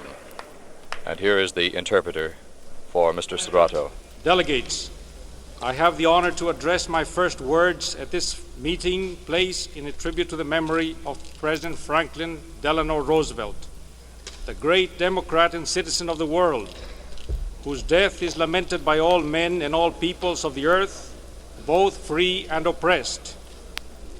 His name will have a prominent place in the history of humanity because of his self-immolation in the service of mankind, without limitations, without rest, fear, or suspicion, and with noble and lofty inspiration in their legitimate and mutual aspirations for freedom and welfare. I also wish to render homage to the heroism and the glory of the great fighting peoples, the United States of America, the United Kingdom of Great Britain and Northern Ireland, the Union of Soviet Socialist Republics, and China, to whose victorious efforts we owe the defeat of the forces of the Axis powers and the calling together of all peace-loving nations in order to organize international society and create the system of world security to protect and guarantee the legitimate rights of all peoples. The courage, daring, and spiritual greatness of these peoples merit the gratitude of civilized humanity, and they shall always be remembered by history. Their blood, sweat, and tears, to recall the memorable words of Winston Churchill, have brought to the world, after noble sacrifices, this birth of justice. But I also wish, in the name of the government and of the people of Uruguay, to pay tribute to all countries of any status or power which have accompanied in their heroic crusade the United States, Great Britain, the Union of Soviet Socialist Republics, China, and Brazil, have taken risks through the conflict and have sacrificed the lives of their sons, whose fighting and suffering have known no limit and no truce, in order to assure and establish the triumph of civilization. This tribute is also extended to the French people, which arose in the fight against Nazi fascism, despite the faint-hearted surrender of their leaders in 1940, and whose Committee of Liberation the Uruguayan government was the first to recognize. Uruguay, in the most bitter hours of the conflict, had the honor to be faithful to the call of a civilization in danger. Without hesitation or fear of the power of the Axis, disregarding risks and reprisals, its people enlisted in the fight against aggression from its very beginning. It prevented within its territory treason against the fighting nations. It vigorously suppressed the fifth column. It granted the status of non-belligerency to the countries fighting for liberty. It opened its ports and bases to the ships and airplanes of the Allies. It placed its raw materials at the disposal of the peoples at war against the Axis. It broke diplomatic and commercial relations with the members of the Tripartite Pact. It promptly declared a state of belligerency with Germany and Japan. And it did not officially send its troops to the theaters of war because they were not requested. But its volunteers, an unforgettable group of earnest young men, left their sacred remains in the battlefields of Africa and Europe. America feels honored by the fact that the peoples of the Western Hemisphere did not hold back, nor did they hesitate. They contributed with measures of political defense, non-belligerency procedures, democratic loyalty, raw materials, broken relations and declarations of war to the struggle and triumph against the Axis powers. And at the bitter moment of the treacherous attack on Pearl Harbor on December 7, 1941, they tightened their bonds and intensified their efforts to express, materialize, and maintain, without defection or hesitation or fear, their fullest active solidarity toward the United States, the great and heroic nation of the continent, which was attacked in an unpardonable act of treachery. Another sister republic, Brazil, has sent forward its courageous expeditionary army to the Italian front, where it is cooperating honorably in the Allied triumph. Thus, the American peoples have been loyal collaborators in the struggle against aggression and conquest. And just as they have rendered an efficient and undeniable support throughout the struggle within their means and resources, they also wish to cooperate, living up to the high ideals of their history and international conduct, in the tasks of organizing the world and consolidating the peace and welfare of mankind. The so-called Latin American countries cannot rival the great powers in population or military and economic might. But, on the other hand, they possess an unfailing and precious moral strength derived from adherence to law, love of freedom, and respect for democratic ideals, a strength which cannot be ignored nor set aside without injury to human destiny. The small countries lacking in military power constitute at all times a power for the good of peace and international justice, because they depend entirely on law and must inevitably abolish aggression, threats of aggression, and violence. The sword of the conqueror and the axe of the executioner are banished by them.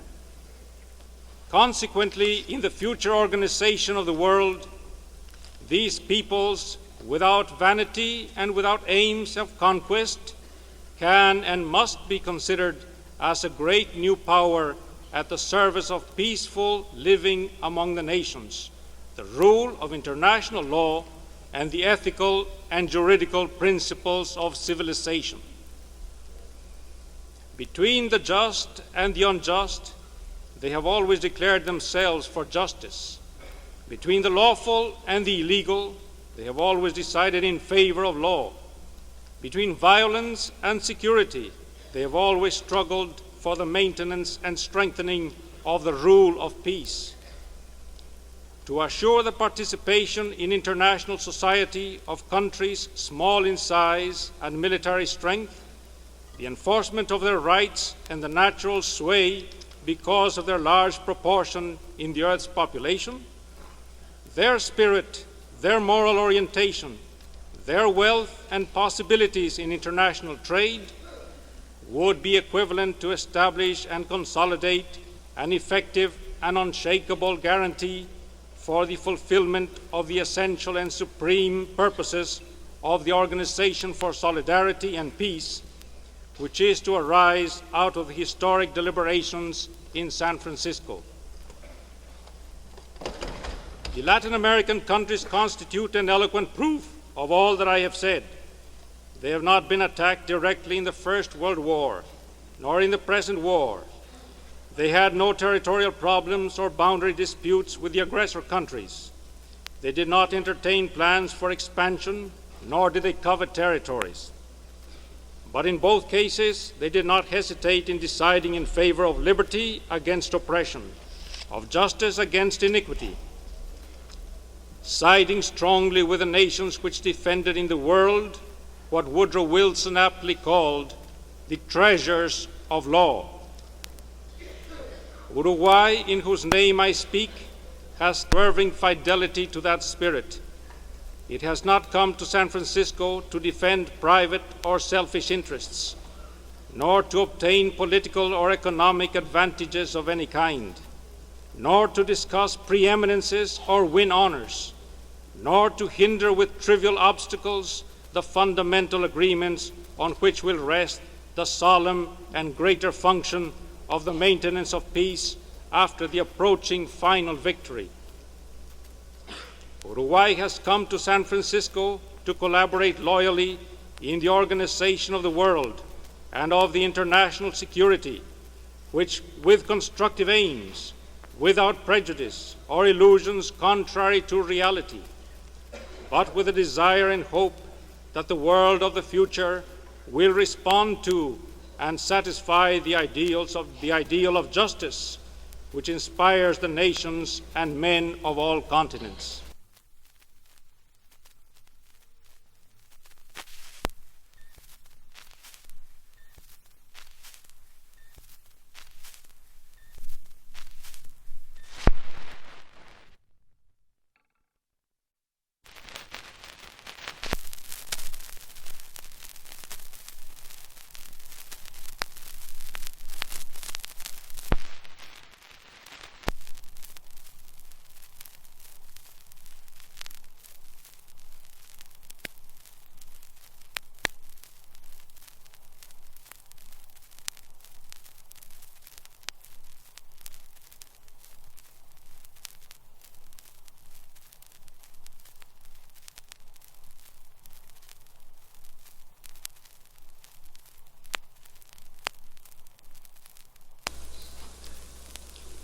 victory is not a desideratum if it is not used for the benefit of humanity, and the cruel effort of years of struggle would be of little avail if the United Nations did not demonstrate that they are capable of winning the peace as well as the war, by their acts, by incarnating into living reality and perfecting whenever possible, every day and every hour, the spirit of universal cooperation and concord which inspired the Dumbarton Oaks agreements and proposals.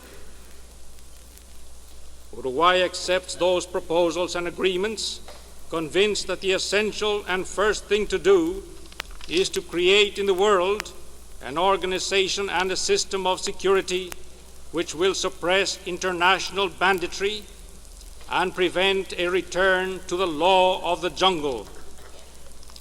But together with its brothers of America, in accordance with what was agreed upon at the Inter-American Conference on Problems of War and Peace recently held in Mexico City,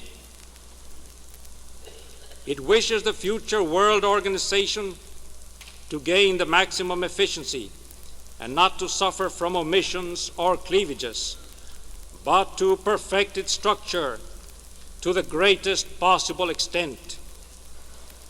Uruguay is pleased by the creation of a world organization in which the participating nations are recognized as being juridically the equal of one another, and the purpose of which is to guarantee international security. But it also desires that, among their more definite and precise aims, they may have those of permanently realizing the ideals for which free nations have fought and suffered in this war: the supremacy of law, the triumph of liberty, respect for the dignity of the human being, the outlawing of violence in any of its forms as an instrument for the settlement of disputes, and repudiation of doctrines of racial division and discrimination. To this aspiration it adds the hope that the World Organization will expressly and categorically adopt the principle of the inviolability of the independence, territorial integrity, frontiers, and rights of nations, and that it will create adequate machinery for preventing or repressing acts of aggression. For Uruguay, the country which attacks any member of the peaceful community of nations must be considered an aggressor by all of them collectively, and all of them in turn must act to find a juridical settlement of the dispute, and in lieu thereof, to defend the state attacked with arms if necessary. The Act of Chapultepec, approved by the American nations at the Mexico City Conference, has adopted this principle and organized procedures for the prevention and sanction of threats of aggression at the suggestion of Uruguay, Brazil, and Colombia.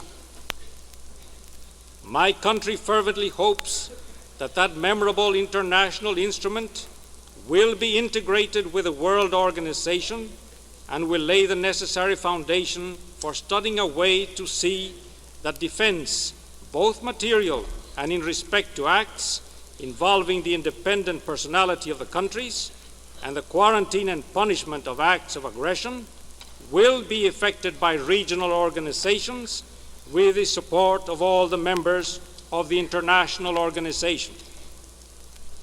Continental regionalism must be connected with the World Organization and should mobilize forces only upon the acquiescence of the latter. We shall thus avoid creating new forms of conflict later. Security must be collective, universal, and coercive.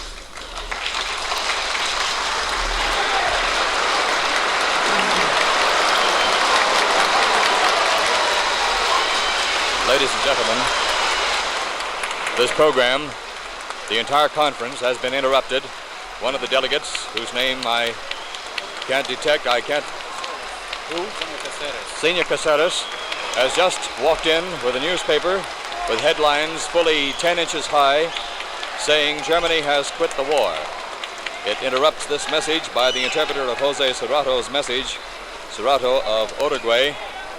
And now Vyacheslav M. Molotov is being greeted by newspapermen and cameramen. The entire audience is in an uproar right at this moment. Applause, cheering. Cameramen are trying to take pictures of this newspaper. Everybody is trying to get a look at it. It has upset everything. The meeting has been halted. We have expected this for fully 2 hours, ladies and gentlemen. There has been a tension, almost electric, in the air of this, the fourth plenary session, under the chairmanship of Commissar Vyacheslav M. Molotov. The excitement is subsiding momentarily, while a battery of lensmen are taking pictures of Commissar Molotov. He is now posing in front of his microphones with this special extra edition and is trying to restore order. Lensmen are insisting upon more pictures of Commissar Molotov, and now it looks as though the excitement has subsided momentarily, and now back to the interpretation universal and coercive of Serrato's address from Uruguay. With respect to the framework itself of the organization to be established, Uruguay accepts the Dumbarton Oaks agreements as a system imposed by the needs and contingencies of the state of war and of what will follow in the immediate future. In the character of a first imperfect stage, but one that can be perfected in the future, transitory and provisional in nature, and lasting only until the final consequences of the conflict are liquidated, and it is possible, therefore, to restore a statute of international society without the deficiencies which appear in those agreements. It is not the peace of force that we desire, but that of harmony, justice, and the general welfare. The contention for organized coercive action, the only effective form in its case, against the aggressor who resorts to force in seeking aims which justice denied him and which he could not attain by regular peaceful juridical means, is a reality which we must also contemplate. The order that is to be established for regulating institutional life will not be perfect, but it must indeed be effective. Only through collaboration of all large and small nations, weak or strong in military might, whatever their creed, race, or political organization, will it be possible to build a secure system of peace in the world. For this, it is indispensable before all and above all, and I expressly emphasize it, to fulfill loyally and correctly what is agreed upon. Uruguay accepts the organization of an assembly as a body that is fully representative of the nations, in the understanding that all of them will act therein under the same juridical category and on a level of perfect equality. That is to say, that there will be no superior states and inferior states, nor states with privileges and states without them, nor states which have a form of hierarchy and quality, and states which appear in a rank and file line of countries with lesser rights. In this same concept, it seems advisable that the powers of the Assembly be strengthened in order to promote and facilitate solutions tending to consolidate the peace and stimulate international cooperation. With respect to the projected Security Council, my country affirms that in keeping with its old traditions, it sustains the hope that the Council will be formed by procedures of democratic origin, it being necessary that it be directed by members chosen by the Assembly without distinction as to prerogatives or rights. In the present circumstance, however, Uruguay accepts as a transitory situation that the four great powers, the United States of America, the United Kingdom, the Union of Socialist Soviet Republics, and China, which have borne the heaviest load of the war, have contributed most decisively to victory, and will have the most serious duties and responsibilities for the maintenance of the future peace, should be assured seats on the Council, but not indefinitely, and only for a period which may be judged advisable, say 8 or 10 years, for example. But as it already maintained in a statement of September 28, 1944, it desires that France be included in the category of big members of the Council, not subject to election by the Assembly, as a tribute to her role as champion of liberty, to her moral significance, to her sorrow and sacrifices in the trials of war, and to her permanent collaboration in the processes and destinies of universal culture.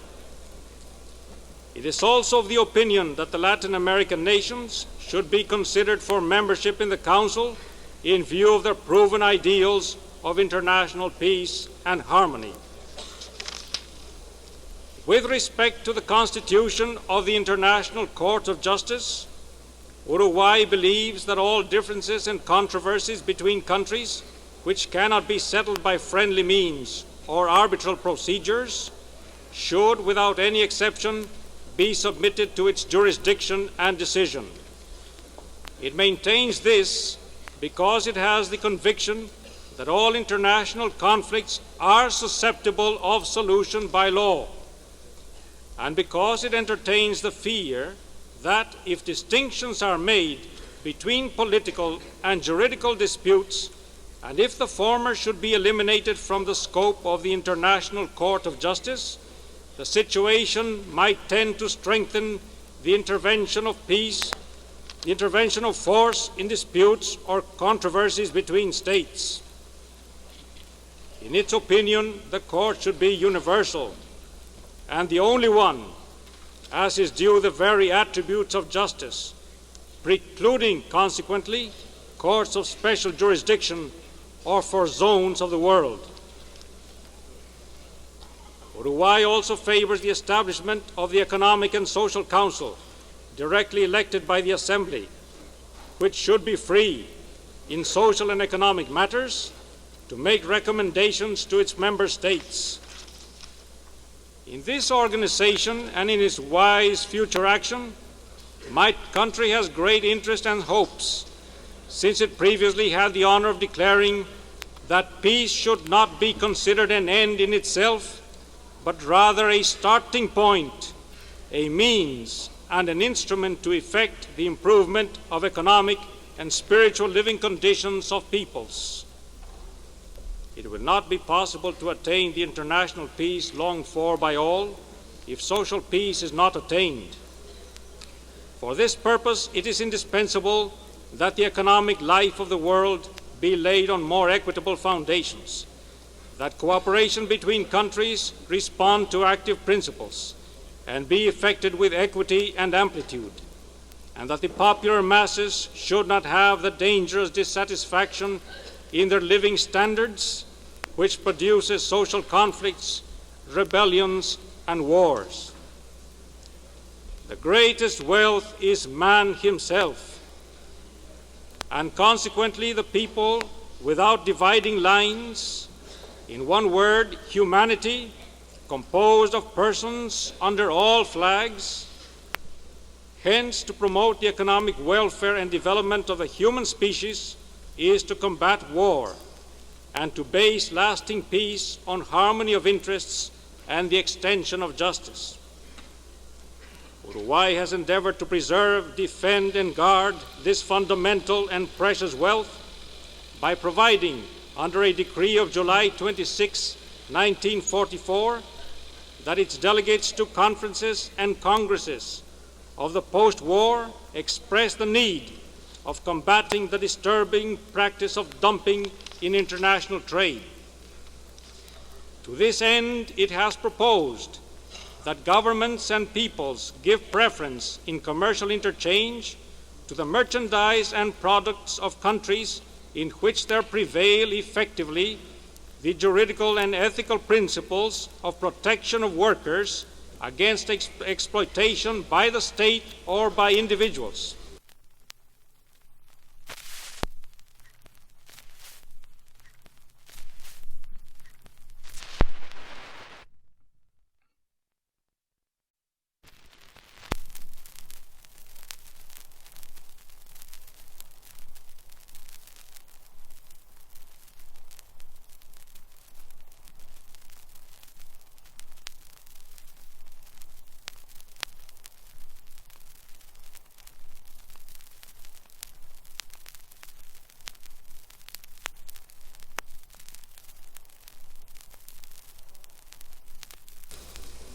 to reject the merchandise and products of countries which obtain a lower cost for them at the expense of the rights, health, and freedom of the working masses, and to refrain from entering into commercial agreements with nations which maintain labor organizations oppressive to human beings.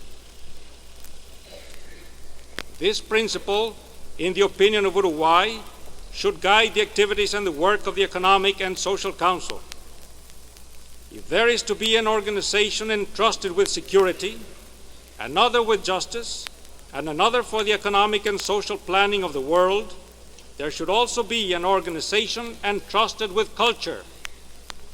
My country feels that it is desirable to organize a council charged with promoting, encouraging, and initiating the relations of cultural interchange between the nations, for the same reason that it believes in the spirit, in the moral forces, and in the factors of intelligence which have definitely served as decisive motives for taking up arms and stimulating the conscience in the struggle against the Axis powers. There will not be peace in the world if there is no peace in the spirit.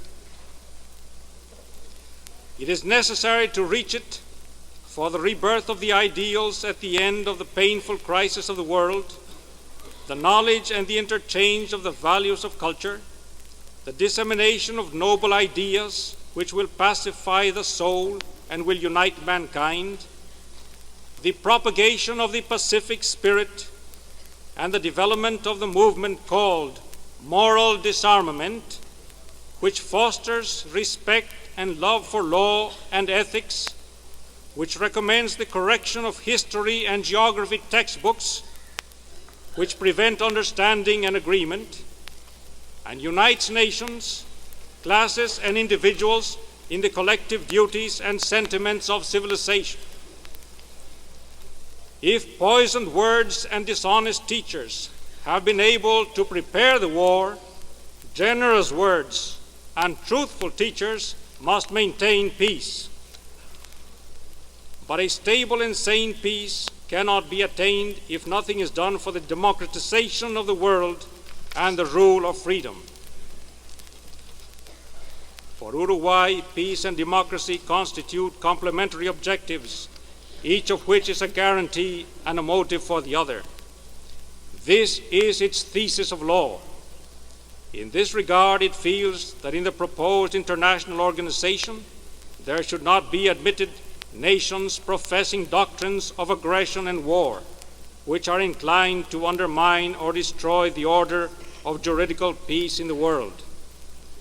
However, in order to be a member of international society, it is not enough, in its opinion, to present the titles of peace-loving nations, but it is also necessary to be a freedom-loving nation.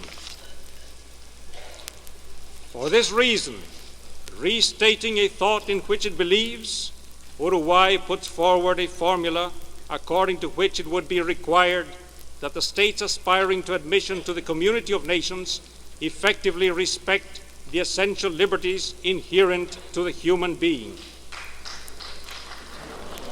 Without this condition, admission should be refused.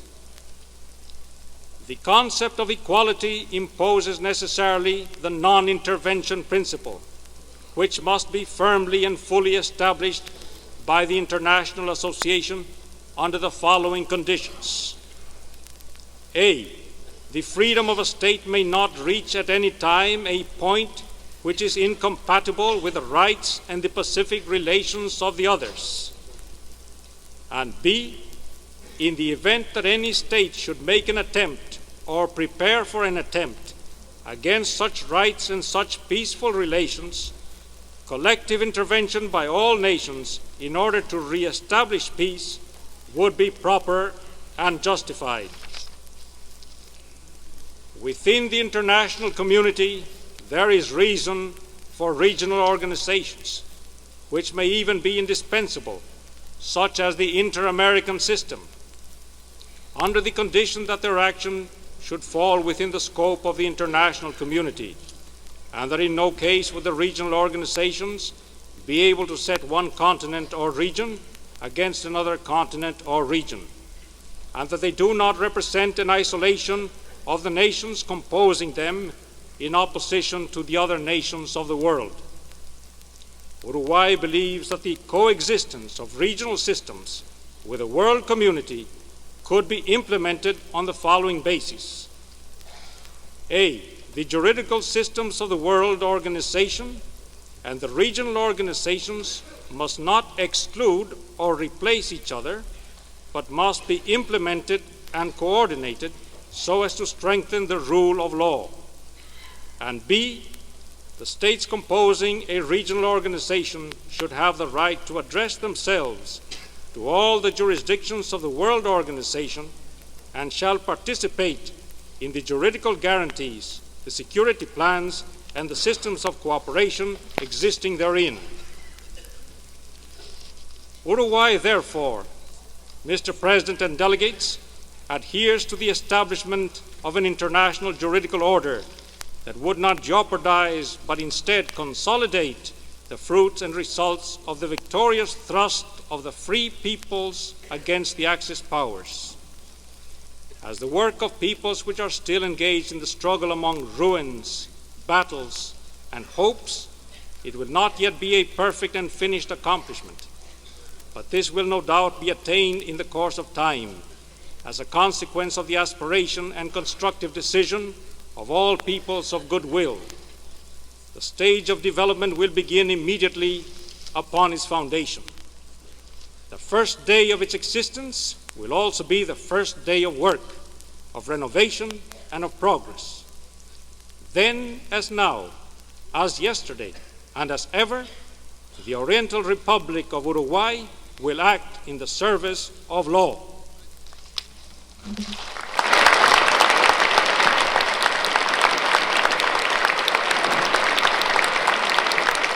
And so, ladies and gentlemen, the translation of the address by Jose Заседание на Serrato этом has been given. заканчивается.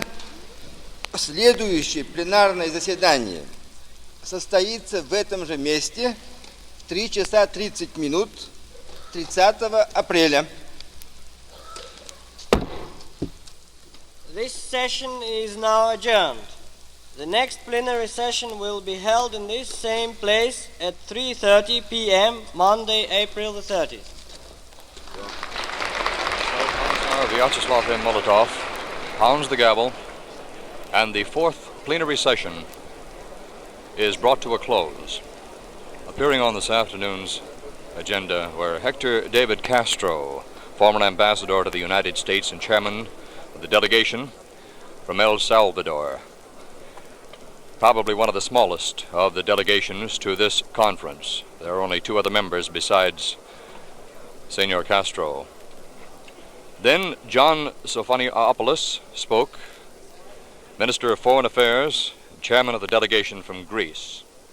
He was followed by Brigadier General Carlos P. Romulo, Resident Commissioner of the Philippines to the United States and chairman of the delegation from the Philippines. A very dramatic address it was. He didn't refer to his manuscript, which he had, but it was very dramatic. And he was followed by Jose Serrato, Minister of Foreign Affairs and chairman of the delegation from Uruguay. A side note on Mr. Serrato's address: upon arriving in this country from Uruguay, he learned of the passing of his wife, who passed away the day he left of a heart attack. He didn't know of this tragic incident until he arrived in this country. He went ahead and represented his country, Uruguay, and gave a remarkable address in Spanish, which has just been translated. The translation, however, was broken up in the center by something that we rather anticipated. Just prior to airtime, rumors were flying thick and fast here in the Opera House of the San Francisco War Memorial, particularly in the Golden Horseshoe. We are speaking from Box J. We have clear observation of the entire auditorium below us here, and the tension was almost electric. Rumors, of course, that Germany had unconditionally surrendered. Just prior to airtime, we were advised that the war was being fought on the European continent on an hour-to-hour basis. Later we were advised from an authoritative report that unconditional surrender had been made. Then that was denied. Another rumor had it that the conference would be opened just for the announcement of VE Day and then closed. And I could go on with the series of rumors that were flying thick and fast. The middle of the translation of the last address, Jose Serrato's address, was broken up when two of the delegates walked into the auditorium carrying an extra newspaper just released with type 10 inches high in bold red letters saying Germany had quit. They sat down 2 rows from the front, held up the paper, and the battery of floodlights shining on the paper made it in evidence to all the people in the auditorium. The tension was finally broken by applause, shouts, as you heard, and then the lensman, the cameraman, the battery of newsreelmen really had a field day, showing the entire auditorium in an uproar. Our time is drawing to a close now, and we would like to present, before we say goodbye, from Box J, Mr. Buck Cannell, international NBC observer and commentator, for his views of the conference, the 4th plenary session this afternoon under Commissar Vyacheslav M. Molotov. May I present Buck Cannell? Thank you very much. This 4th session today, the high spot was no doubt that dramatic moment in which one of the delegates of Czechoslovakia came in with a newspaper, the Call Bulletin, and the front page had a 10-inch headline and red letters saying Nazis quit. This was taken up to the rostrum to Mr. Molotov, who posed for pictures with the paper being held up high by the Czechoslovakian delegate and by my old friend Dr. Julian Cáceres, the ambassador from Honduras in the United States. Cameras clicked. There was a lot of confusion out in the halls. All the big delegates, the important delegates, were out in the lobby, out for a smoke while the translation of Dr. Serrato's speech was being delivered, and there was a lot of rushing around. Everybody, newspapermen, cameramen, rushed into the hall again to take that historic moment. Whether the rumor was true or not, there have been denials and counter-denials and rumors and counter-rumors, but there it was. There was a dramatic moment, and it's all been taken down on print, will be published in photographs all over the world. Mr. Molotov holding up the Call Bulletin with a great headline, Nazis quit. That was a dramatic moment. The session itself this afternoon was devoted to speeches, rather long speeches by the gentlemen, heads of several delegations who desired to make their views known here before the 4th plenary session of the World Conference. Those speakers were all put in the dark, if you allow the phrase, by this dramatic moment in the last closing minutes of the translation of Serrato's speech of Uruguay. I think that was the high spot of the conference today. Thank you very much. Thank you, Buck Cannell. And so, ladies and gentlemen, our time is up. The house lights are dimmed here in the War Memorial Opera House. This is Dud Manlove speaking from Box J of the Golden Horseshoe, bidding you a very pleasant good afternoon and reminding you that the next session, the 5th plenary session, will be held at 3:30 this coming Monday afternoon under the chairmanship of Anthony Eden of the United Kingdom. This is Dud Manlove bidding you good night. This is the National Broadcasting Company.